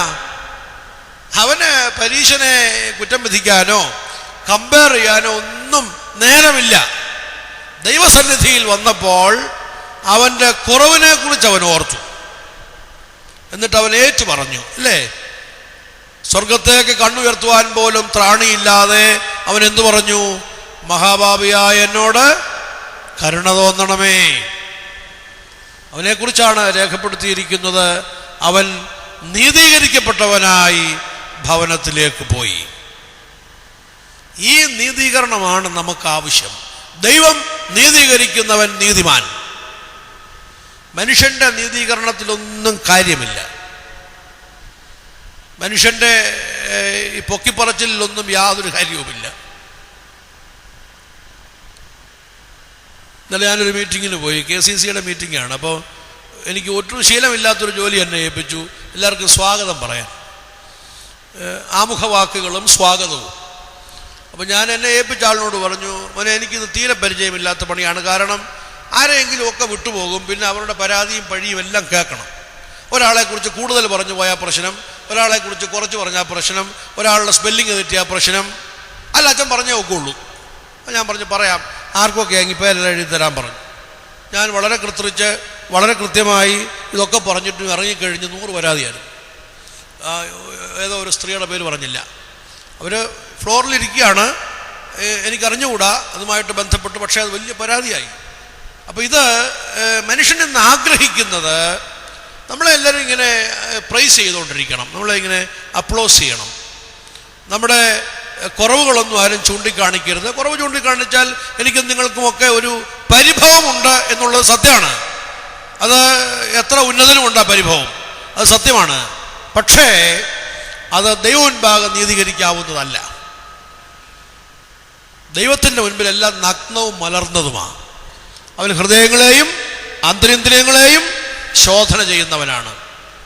ഒരു പുറമോടിയും ഇല്ലാതെ അവൻ്റെ മുമ്പിൽ വന്നാൽ മതി. അതാണ് യോന പറഞ്ഞത്, ഞാൻ നിമിത്തമാണ് ഈ കോള് വന്നേക്കുന്നത്, ഐ അക്സെപ്റ്റ്. ഹൈന്ദവ പുരാണ ഗ്രന്ഥങ്ങളിൽ പറയുന്നുണ്ടല്ലോ, ഗോപികമാര് കുളിക്കാനിറങ്ങിയപ്പോൾ ഭഗവാൻ കൃഷ്ണൻ ഇവരുടെ വസ്ത്രമെല്ലാം കൂടെ വലിയ ഈ ഷീറ്റിനകത്ത് കെട്ടി, ഇങ്ങനെ മൂലയ്ക്ക് മൂല കെട്ടി മരത്തെ കൊണ്ട് തൂക്കി. അപ്പോൾ ഗോപികമാര് വസ്ത്രമില്ലാതെ എങ്ങനെ ഈ കുളിക്കടവിൽ നിന്ന് കയറും? അപ്പോൾ അവർ പറഞ്ഞു, കൃഷ്ണ ഞങ്ങൾക്ക് വസ്ത്രം താ. അപ്പോൾ കൃഷ്ണൻ പറഞ്ഞു, നിങ്ങൾ നൂൽ ബന്ധമില്ലാതെ കയറി വരണം, നിങ്ങൾക്ക് വസ്ത്രത്തിൻ്റെ ആവശ്യമില്ല. അപ്പോൾ അത് പ്രത്യക്ഷമായിട്ട് കേൾക്കുമ്പോൾ നമുക്ക് തോന്നും അമ്പട കൃഷ്ണ എന്ന് തോന്നും, അല്ലേ? പക്ഷെ എന്താ അതിൻ്റെ അർത്ഥമെന്നറിയാമോ? കൃഷ്ണൻ ഭഗവാനാണെങ്കിൽ ഒരു ഭക്തനോ ഭക്തയോ തൻ്റെ മുൻപിൽ വരുമ്പോൾ വസ്ത്രത്തിൻ്റെ ആവശ്യമില്ല, നഗ്നത മറയ്ക്കേണ്ട ആവശ്യമില്ല. കാരണം എല്ലാം അവൻ്റെ മുൻപിൽ നഗ്നവും മലർന്നതും. അതാണല്ലോ വേദപുസ്തകവും പറയുന്നത്, സകലവും അവൻ്റെ മുൻപിൽ നഗ്നവും മലർന്നതും. എന്നാൽ പിന്നെ നമുക്കങ്ങ് പറഞ്ഞുകൂടെ ഞാനാ കുഴപ്പക്കാരനെന്ന്? ഞാൻ കുഴപ്പക്കാരനാണെന്ന് ഒടയതമ്പരാൻ അറിയാം, പിന്നെ എന്തിനാ ഞാൻ മറച്ചു വയ്ക്കുന്നത്? ഞാൻ പറഞ്ഞു വന്നത് കുമ്പസാരത്തെക്കുറിച്ചാണല്ലോ. വിശുദ്ധ കുമ്പസാരം യബോക്ക് കടവ് കടന്നപ്പോൾ യാക്കോബിന്റെ മുഖത്ത് സൂര്യൻ ഉദിച്ചു എന്ന് പറയുന്നത് പോലെയാണ്. ഒരു വലിയ കടവാണ്, അത് കടക്കുമ്പോൾ മുഖത്ത് സൂര്യൻ ഉദിക്കും. നമ്മൾ ചൊവ്വേ നേരെ നടത്തിയാൽ, കുമ്പസാരം ചൊവ്വേ നേരെ നടത്തുക എന്ന് പറഞ്ഞാൽ അതിൻ്റെ അർത്ഥം എന്നാണെന്നറിയാമോ? വാസ്തവത്തിൽ ഞാൻ എവിടെ നിൽക്കുന്നുവെന്ന് കണ്ടുപിടിച്ചിട്ട് അത് ഏറ്റു പറയാൻ സന്നദ്ധനാവണം. The time of confession is a time of healing. It is a time of absolution.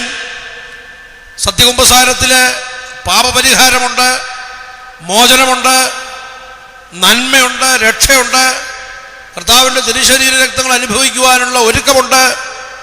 അവിടെ അതിൻ്റെ പ്രീ റിക്വസിറ്റ് അല്ലെങ്കിൽ നിർബന്ധപൂർവമായ ആവശ്യമെന്ന് പറയുന്നത് ഞാൻ എവിടെ നിൽക്കുന്നു, ഞാൻ ആരാണ് എന്ന് പൂർണ്ണമായും സമ്മതിക്കുവാൻ തയ്യാറാവണം. കർത്താവിൻ്റെ പരസ്യ ശുശ്രൂഷയിൽ നമ്മൾ ഭൂരിപക്ഷത്തെയും ന്യൂനപക്ഷത്തെയും കാണുന്നുണ്ടല്ലോ. ഭൂരിപക്ഷമൊക്കെ വെറുതെ പോയവരാ ഇല്ലേ? ഞാൻ മുമ്പേ പറഞ്ഞു, ഒരു പാവപ്പെട്ട സ്ത്രീ കർത്താവിൻ്റെ വസ്ത്രത്തിൽ തൊട്ടു. ഇപ്പോൾ കർത്താവ് ചോദിച്ചു, ആരാ എന്നെ തൊട്ടത്? അപ്പോൾ ശിഷ്യന്മാർ പറഞ്ഞു, അയ്യോ എത്രയോ മനുഷ്യർ അങ്ങേ ഇങ്ങനെ തള്ളിക്കൊണ്ടിരിക്കുക, പിന്നെ ആരാ തൊട്ടതെന്ന് ചോദിക്കുന്നതിൻ്റെ കാര്യം എന്നാ? അപ്പോൾ കർത്താവ് പറഞ്ഞു, എല്ലാവരും എന്നെ തള്ളുന്നുണ്ട്, പക്ഷെ ഒരാൾ എന്നെ തൊട്ടു, എൻ്റെ ശരീരത്തിൽ നിന്ന് പവർ പുറപ്പെട്ടു, എൻ്റെ വസ്ത്രത്തിലൂടെ അതിറങ്ങിപ്പോയി. ക്ലോത്ത് ഒരു നോൺ കണ്ടക്ടറാണെന്നാണ് ഞാൻ പഠിച്ചിട്ടുള്ളത്. പക്ഷെ കർത്താവ് പറഞ്ഞു, എൻ്റെ ശരീരത്തിൽ നിന്ന് ശക്തി ഇറങ്ങി വസ്ത്രത്തിലൂടെ, വസ്ത്രത്തിൻ്റെ വിളുമ്പിലൂടെ ആ സ്ത്രീയിലേക്ക് പോയി. ന്യൂനപക്ഷമാണ് അവളല്ലേ, ആരും അവളെ ഗൗനിച്ചില്ല. പക്ഷേ കർത്താവിനെ തെളിയവരൊക്കെ വെറുതെ പോയപ്പോൾ അവളുടെ മനസ്സിൽ ആഗ്രഹിച്ചത് പ്രാപിച്ചു. കർത്താവ് കടൽ തീരത്ത് വന്നപ്പോൾ പത്രോസിനോട് ആവശ്യപ്പെടുന്നുണ്ട്, നിന്റെ പടക് ഒരല്പം കടലിലേക്ക് നീക്കിയിടുമോ? എനിക്ക് അതിലിരുന്ന ആളുകളോട് സംസാരിക്കാനാണ്.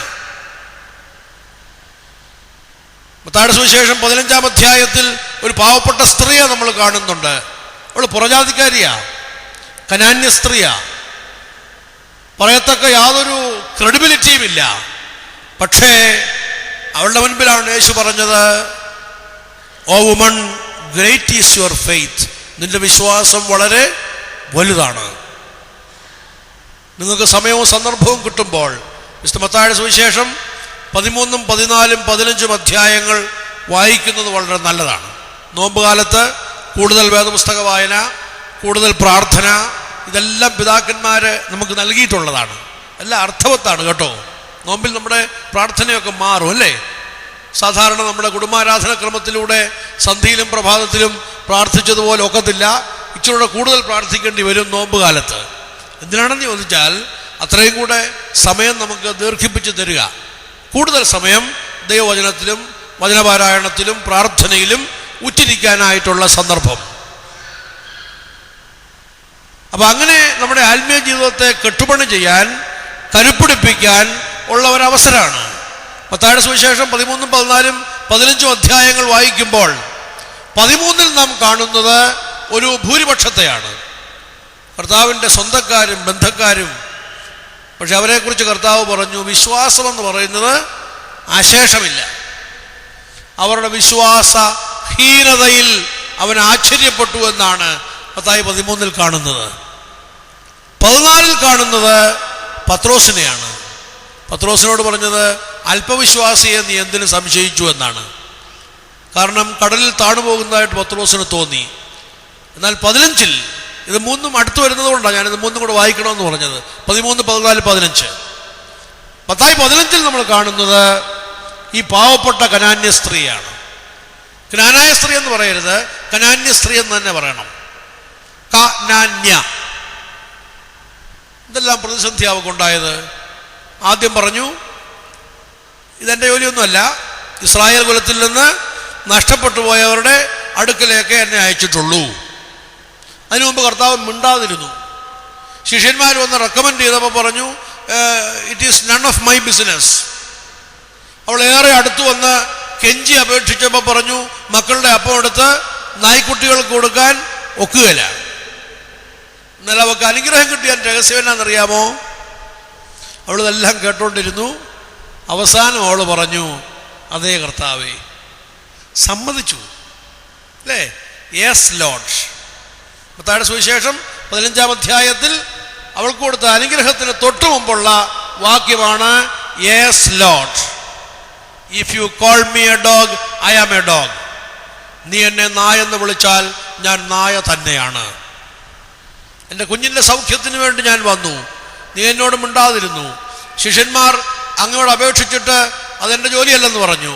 എന്നെ മക്കളുടെ അപ്പം നായ്ക്കൾക്ക് കൊടുക്കാൻ ഒക്കുകയില്ലെന്ന് പറഞ്ഞു. പക്ഷെ നീ എൻ്റെ കർത്താവ് തന്നെയാണ്, ഞാൻ ആവശ്യക്കാരി തന്നെയാണ്. So she came to close and worship him. അവിടെയാണ് അനുഗ്രഹത്തിൻ്റെ കലവറ തുറക്കുന്നത്. അതുകൊണ്ട് വാത്സല്യമുള്ളവരെ, ഞാൻ നിമിത്തം ഈ കോൾ തട്ടിയിരിക്കുന്നുവെന്ന് സമ്മതിക്കാൻ നമ്മൾ തയ്യാറായാൽ തമ്പുരാൻ നമ്മുടെ സമ്മതം ഒരു പശ്ചാത്താപമായി അനുതാപമായി സ്വീകരിച്ച് നമുക്ക് അനുഗ്രഹങ്ങൾ തരും. യാതൊരു സംശയവും ആ കാര്യത്തിലില്ല. ഞാൻ പറഞ്ഞല്ലോ, ഉണർവിനും നിസ്സംഗതയ്ക്കും നിലവിളിക്കുമിടയിൽ 3 ഉണർവിൻ്റെ അനുഭവങ്ങളാണ് ഞാൻ പറയുന്നത്. അതിൽ ഒന്നാമത്തത് ഞാൻ എന്താ പറഞ്ഞത്?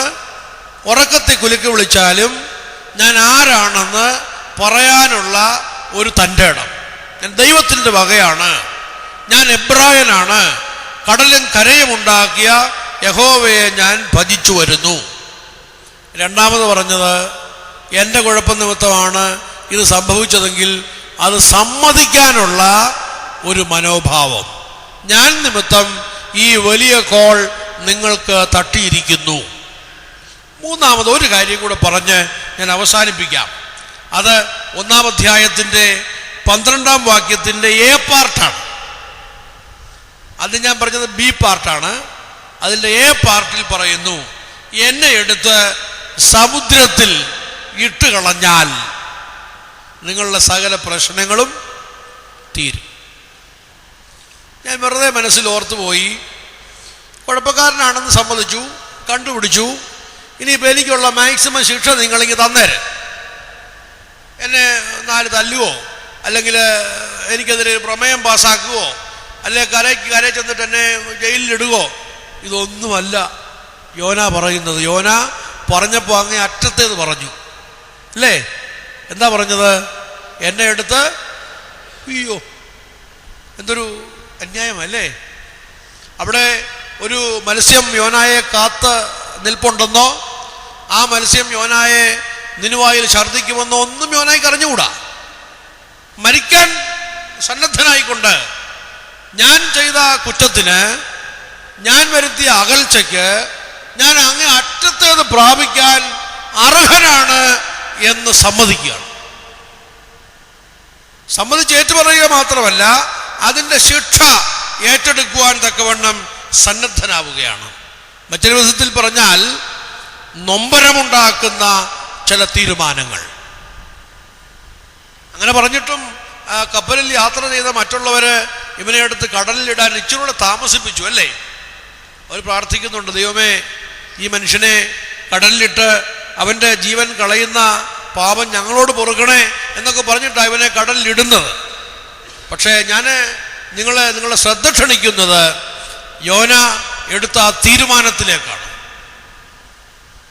കഠിനമായ തീരുമാനം, നൊമ്പരമുണ്ടാക്കുന്ന തീരുമാനം, കുറവുണ്ടാക്കുന്ന തീരുമാനം. അവിടെയാണ് തമ്പുരാൻ പ്രവർത്തിച്ചത്. യോനയുടെ പുസ്തകം വായിക്കുമ്പോൾ നമുക്ക് അത്ഭുതം തോന്നും. സമുദ്രത്തിൽ കാറ്റ് അടുപ്പിച്ചത് ദൈവമാണ് പറയുന്നുണ്ട്. ദൈവം പറഞ്ഞ് ജയിച്ച പണിയായിരുന്നു മുഴുവൻ, അല്ലാതെ സമുദ്രം ചുമ്മാതെ ഇളകിയതൊന്നുമല്ല. യഹോവയായ ദൈവം ഒരു മത്സ്യത്തെ അവിടെ കൽപ്പിച്ചാക്കി. ദൈവം പറഞ്ഞു വിട്ടതാ മീനിനെ. യഹോവ കൽപ്പിച്ചിട്ട് ഈ മീൻ യോനായെ നിനുവായുടെ കരയിൽ ഛർദ്ദിച്ചു. യോനായുടെ തലയ്ക്ക് തണലായി ദൈവം ഒരാവണക്കിനെ മുളപ്പിച്ചു. ആ ആവണക്ക് കുത്തിക്കളയാൻ ദൈവം പുഴുവിനെ അയച്ചു. തമ്പുരാൻ ഒരു മനുഷ്യനെ പരുവപ്പെടുത്താൻ ആഗ്രഹിക്കുമ്പോൾ എന്തിനെല്ലാമാണ് ഉപയോഗിക്കുന്നത്? കാറ്റിനെ ഉപയോഗിക്കുന്നു, സമുദ്രത്തെ ഉപയോഗിക്കുന്നു. മീനിനെ ഉപയോഗിക്കുന്നു, ആവണക്കിനെ ഉപയോഗിക്കുന്നു, പുഴുവിനെ ഉപയോഗിക്കുന്നു. യോനായുടെ പുസ്തകത്തിൻ്റെ ക്ലൈമാക്സ് എന്താണ്?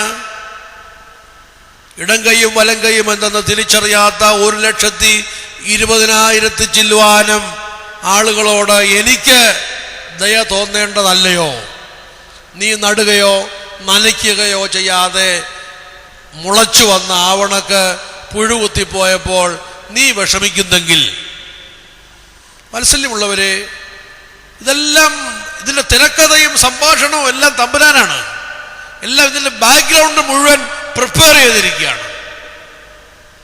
കൃത്യമായി യോനായെ തിടുമ്പോൾ ആ യോനായെ വിഴുങ്ങത്തക്കവണ്ണം ഒരു മത്സ്യത്തെ കൽപ്പിച്ചാക്കിയില്ലേ? ഇതൊന്നും യോനായ്ക്കൊരു വിഷയമല്ല.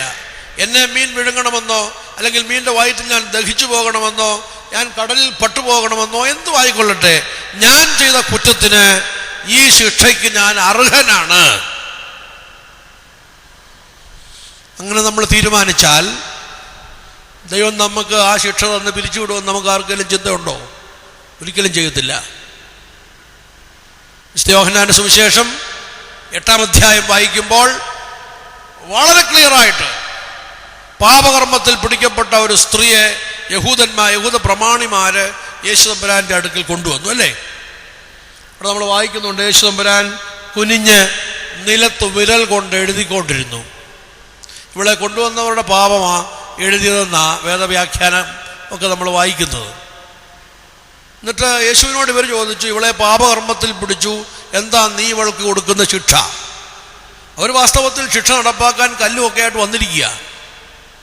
അപ്പോൾ യേശു തല ഉയർത്തി നോക്കി ഇവരോട് പറഞ്ഞു, ഇവളെ പാപിനിയാണെങ്കിൽ അവളെ കല്ലെറിഞ്ഞ് കൊല്ലേണ്ടതാണ്.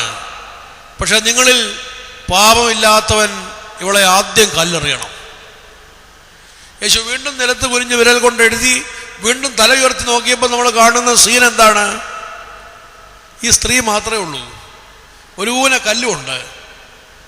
അവിടെ നമ്മൾ വായിക്കുന്നുണ്ട് യോഹന്നാന്റെ സുവിശേഷം 8-ാം അധ്യായത്തിൽ, അവരുടെ മനസാക്ഷിയുടെ ആക്ഷേപം നിമിത്തം അവളെ കല്ലെറിയാൻ വന്നവര് മൂത്തവൻ മുതൽ ഇളയവൻ വരെ, അത് പാപത്തിന്റെ മൂപ്പിളപ്പാണെന്നാണ് പറയുന്നത്, എല്ലാവരും കല്ല് താഴെ ഇട്ട് ചൂട്ടിപ്പോയി. യേശു കുനിഞ്ഞിരിക്കുകയാണ്, ഇവർ കല്ലിട്ടച്ച് പോയി. ഈ സ്ത്രീക്കും വേണമെങ്കിൽ ഒറ്റ ഓട്ടം ഓടാം, അല്ലേ? പക്ഷെ അവൾ പോയില്ല. കവിൾത്തടത്തിൽ പശ്ചാത്താപത്തിൻ്റെ കണ്ണുനീരുകൾ ഒഴുകി ആ സ്ത്രീ ശിക്ഷ ഏറ്റുവാങ്ങാൻ നിൽക്കുകയാണ്. അവൾ ഉറപ്പിച്ചു, എന്നെ പാപകർമ്മത്തിൽ പിടിച്ചതാണ്, യേശു തമ്പുരാൻ എനിക്ക് ശിക്ഷ വിധിക്കും. അവൾ ഉറപ്പിച്ചു, കരഞ്ഞു നിൽക്കുകയാണ്. പക്ഷേ എന്താ സംഭവം നടന്നത്? യേശു അവളോട് ചോദിച്ചു, ആരും നിനക്ക് ശിക്ഷ വിധിച്ചില്ലേ? എന്നിട്ടെന്താ പറഞ്ഞത്? നീ പോക, ഇനി പാപം ചെയ്യരുത്. നൊമ്പരമുണ്ടാക്കുന്ന ചില തീരുമാനങ്ങൾക്ക് നമ്മൾ എപ്പോഴും സന്നദ്ധരാകുന്നോ? നമ്മൾ ഏറ്റെടുക്കുന്ന തീരുമാനം നമ്മുടെ നാശത്തിനായിട്ട് ദൈവം ഒരിക്കലും വരുത്തുകയില്ല എന്നുള്ളതാണ് സത്യം. പക്ഷെ നമ്മളൊക്കെ പലപ്പോഴും സൂത്രപ്പണിയാണല്ലോ. ഇവിടെ ഒരു ഫലിതം വായിച്ചു, ഒരാടിനെ മോട്ടിച്ച ആൾ കുമ്പസാരിക്കാൻ വന്നു. അപ്പം ആടിനെ മോട്ടിച്ചതൊന്നും വീട്ടുകാരെന്ന് പറഞ്ഞിട്ടില്ല. ആടിനെ വിറ്റ് കാശും എല്ലാം തീർന്നു. എന്നാൽ ഇവൻ്റെ മനസ്സിലൊരു പശ്ചാത്താപം, ആടിനെ മോട്ടിച്ചല്ലോ ഒന്ന് കുമ്പസാരിച്ചു കളയാം. അപ്പോൾ കുമ്പസാരത്തിൽ അച്ഛൻ ചോദിച്ചു, നീ ആടിനെയൊക്കെ മോട്ടിച്ചു, എല്ലാം വീട്ടുകാരെന്ന് പറഞ്ഞിട്ടില്ല, കേസും വഴക്കമൊന്നും ഇല്ലല്ലോ. അപ്പം കാശ് നീ അങ്ങ് തിരിച്ചു കൊടുക്കാമോ? നിനക്ക് കിട്ടിയ കാശ് ഏതായാലും നീ ആടിനെ മോട്ടിച്ചു. അയ്യോ, അവർ ഞാൻ മോട്ടിച്ചെന്നറിയും, വലിയ വിഷയമാകും, വലിയ പ്രശ്നമാണ്. അപ്പോൾ ഒരു കാര്യം ചെയ്യ്, നീ ഒരു പെനൻസായിട്ട്, നമ്മൾ സാധാരണ കുമ്പസാരത്തിന് അങ്ങനെ ഒരു പെനാൽറ്റി കൊടുക്കുമല്ലോ, നീ ഒരു 100 രൂപ ഭണ്ഡാരത്തിലിട്ടേര്. അപ്പോൾ ഒരു വലിയ സന്തോഷമായി. എന്നാൽ വെച്ചാൽ ഞാൻ 200 ഇട്ടേക്കാം, അതിൻ്റെ എണ ഒരാട് നിൽപ്പുണ്ട്, അതിനെ കൂടെ നാളെ അങ്ങ് മോട്ടിച്ചേക്കാമെന്ന് മുൻകൂർ. നമുക്കിത് ഒരു ബിസിനസ്സാണ്, ഇത് ലാഭമാണല്ലോ. 4000 രൂപ ആടിന് കിട്ടി. കൃത്യമായിട്ട് പറയാൻ എനിക്കതിൽ പങ്കുണ്ടോ എന്ന് നിങ്ങൾ ചോദിക്കരുത്. 4000 രൂപ ആടിന് കിട്ടി, 100 രൂപ പോയാൽ 3900 രൂപ ലാഭമാണല്ലോ. അതുകൊണ്ട് 200 അങ്ങ് ഇട്ടേക്കാം ഒന്നിനെ കൂടെ. അപ്പം നമ്മുടെ എല്ലാം മനസ്സിലുള്ളത്, നമ്മൾ കുറ്റം ചെയ്തെങ്കിൽ ചിലപ്പോൾ സമ്മതിച്ചാലും അവിടെയും നമ്മുടെ ബെനിഫിറ്റാണ് നമ്മൾ നോക്കുന്നത്. നമ്മുടെ benefit, how it should be useful to us. പക്ഷെ യോന അങ്ങനെയല്ല നോക്കിയത്. ഞാൻ നശിക്കാൻ യോഗ്യനാണ്, അതുകൊണ്ട് ഞാൻ നശിച്ചോട്ടെ. പൗലോസ് അങ്ങനെയല്ലേ പറഞ്ഞത്? റോമാലേഖനം 7-ാം അധ്യായത്തിൽ പൗലോസ് തൻ്റെ ഉള്ളിൽ വസിക്കുന്ന പാപത്തെക്കുറിച്ച് ആഴമായി പശ്ചാത്തപിക്കുകയാണ്. ദമസ്കോസിന്റെ പടിവാതിൽക്കൽ എന്നെ അവൻ നേരിട്ട് വിളിച്ചതാണ്, പക്ഷേ എൻ്റെ ഉള്ളിൽ ഇന്നും വസിക്കുന്ന പാപം എന്നെ കൊണ്ട് പലപ്പോഴും തെറ്റുകൾ ചെയ്യിക്കുന്നു. നന്മ ചെയ്യണമെന്ന് ആഗ്രഹമുണ്ട്, സാധിക്കുന്നില്ല. നേരെ ചൊവ്വേ ജീവിക്കണമെന്നുണ്ട്, ഒക്കുന്നില്ല. പൗലോസ് 7-ാം അധ്യായത്തിൽ റോമർ 7-ന്റെ ഒടുവിലേക്ക് വരുമ്പോൾ നമുക്ക് കാണാം, നെഞ്ചത്തടിച്ചു കരയുന്നു. How wretched a man I am. ഞാൻ എത്ര അരിഷ്ടനായ മനുഷ്യൻ. ജാതികൾക്കും രാജാക്കന്മാർക്കും മുൻപിൽ എൻ്റെ സാക്ഷ്യം നിറവേറ്റാൻ ഞാൻ തിരഞ്ഞെടുത്തിരിക്കുന്ന പാത്രമെന്ന് തമ്പുരാൻ സാക്ഷിച്ച ശൗലാണെന്ന് ഓർത്തോണം. How wretched a man I am. ഞാൻ എത്ര അരിഷ്ടനായ മനുഷ്യൻ. Who is going to liberate me. എന്നെ ആര് വിടുവിക്കും? കരയണം പ്രിയമുള്ളവരെ. കർത്തൃസന്നിധിയിൽ നമ്മൾ തെറ്റിപ്പോയെങ്കിൽ, നമ്മുടെ സമസൃഷ്ടങ്ങളോട് പാപം ചെയ്തെങ്കിൽ അതിന് കടുത്ത ശിക്ഷയ്ക്ക് അർഹരാണെന്ന് സമ്മതിക്കുകയും ആ ശിക്ഷ എനിക്ക് തന്നുകൊള്ളൂ എന്ന് പറയുകയും വേണം. പക്ഷെ ദൈവം നമ്മെ ശിക്ഷിക്കുകയില്ല, അതാണ് സത്യം. ആ പാഠമാണ് യോനയുടെ പുസ്തകം നമ്മളെ പഠിപ്പിക്കുന്നത്. തക്ക സമയത്ത് ഇടപെടുന്നവനായ ദൈവം. പാപി അനുതപിച്ച് മടങ്ങി വരണമെന്നല്ലാതെ അവൻ്റെ മരണത്തിൽ ആഗ്രഹമില്ലാത്തവനായ ദൈവം. എത്ര പേരെ നരകത്തിൽ തള്ളാം എന്നല്ല ദൈവത്തിൻ്റെ പദ്ധതി. എത്ര പേർക്ക് മനസാന്തരം വരുത്തി എത്ര പേരെ നിത്യതയ്ക്ക് അവകാശികളാക്കാം, അതാണ് ദൈവത്തിൻ്റെ പദ്ധതി. വാത്സല്യമുള്ളവരെ, 4 അധ്യായം 48 വാക്യം നമുക്ക് തരുന്ന സന്ദേശം വളരെ വലുത്. ഒരൊറ്റ വാചകത്തിലുള്ള പ്രസംഗം, ഒരു ചെറിയ പ്രവാചകൻ, അതുണ്ടാക്കിയ വ്യത്യസ്തത വളരെ വലുത്. രാജാവ് മുതൽ അടിയാൻ വരെ രട്ടിലും വെണ്ണീറിലും ഇരുന്ന് സത്യ അനുതാപം നടത്തുകയാണ്. അനുതാപത്തിൻ്റെ കാഠിന്യത്തെ സൂചിപ്പിക്കാനാണ് പറയുന്നത്. അമ്മ കുഞ്ഞുങ്ങൾക്ക് പാല് കൊടുക്കാതെ, മൃഗങ്ങൾ ഭക്ഷണമെടുക്കാതെ, രാജാവ് അടിയാന്മാരോടുകൂടെ ചാക്കുശീല ധരിച്ച് കഠിനമായ ഉപവാസം പരസ്യം ചെയ്തു. യഹോവ അനുതപിച്ചു. The book of Jonah, series of repentance. അതുകൊണ്ട് എന്താ ഗുണമുണ്ടായത്? മശിഹാ തമ്പുരാൻ തൻ്റെ പരസ്യ ശുശ്രൂഷയിൽ ഒരു കരുണയുടെ കൊടിയായി യോനായെ ഉയർത്തിക്കാട്ടി. അടയാളം വന്ന് ചോദിച്ചു യേശു തമ്പുരാനോട്, അല്ലേ? അടയാളം ചോദിച്ചപ്പോൾ യേശു പറഞ്ഞു, യോനയുടെ അടയാളമല്ലാതെ മറ്റൊന്ന് ഇതിന് ലഭിക്കുകയില്ല. മത്തായിയുടെ സുവിശേഷം 12-ാം അധ്യായത്തിൻ്റെ 40-ാം വാക്യം. തൻ്റെ മരണത്തെക്കുറിച്ചും ഖബറടക്കത്തെക്കുറിച്ചും ഉയർപ്പിനെക്കുറിച്ചും കർത്താവ് സംസാരിച്ചപ്പോൾ കർത്താവ് റെഫർ ചെയ്ത് ആരെയാണ്? യോനായാണ്. യോന മത്സ്യത്തിൻ്റെ വയറ്റിൽ 3 ദിവസം കടന്നതുപോലെ മനുഷ്യപുത്രൻ ഭൂമിയുടെ ഉദരത്തിൽ. അത് ഒരു വലിയ ഭാഗ്യമാണ്. യോന എന്ന പ്രവാചകന് ദൈവം കൊടുത്ത അംഗീകാരം, നിസ്സംഗതയിൽ നിന്ന് നിലവിളിയിലേക്ക് അവൻ വരുമ്പോൾ അതിനിടയിൽ അവൻ ഉണർവിന് കണ്ടെത്തിയ 3 മുഖാന്തരങ്ങൾ, ആ മുഖാന്തരങ്ങളെ ദൈവം അംഗീകരിച്ചതിൻ്റെ അടയാളമാണ് വാസ്തവത്തിൽ യോന ദീർഘദർശിയുടെ പുസ്തകം എന്ന് പറയുന്നത്. ഞാൻ ആദ്യം പറഞ്ഞത് ഒന്നുകൂടെ ആവർത്തിക്കട്ടെ. ഈ ഹോംവർക്ക് നിങ്ങൾ നിശ്ചയമായിട്ടും ചെയ്യണം. 4 അധ്യായം 48 വാക്യം ഒരു 20 മിനിറ്റ് എടുത്ത് സാവകാശത്തിൽ വായിക്കണം.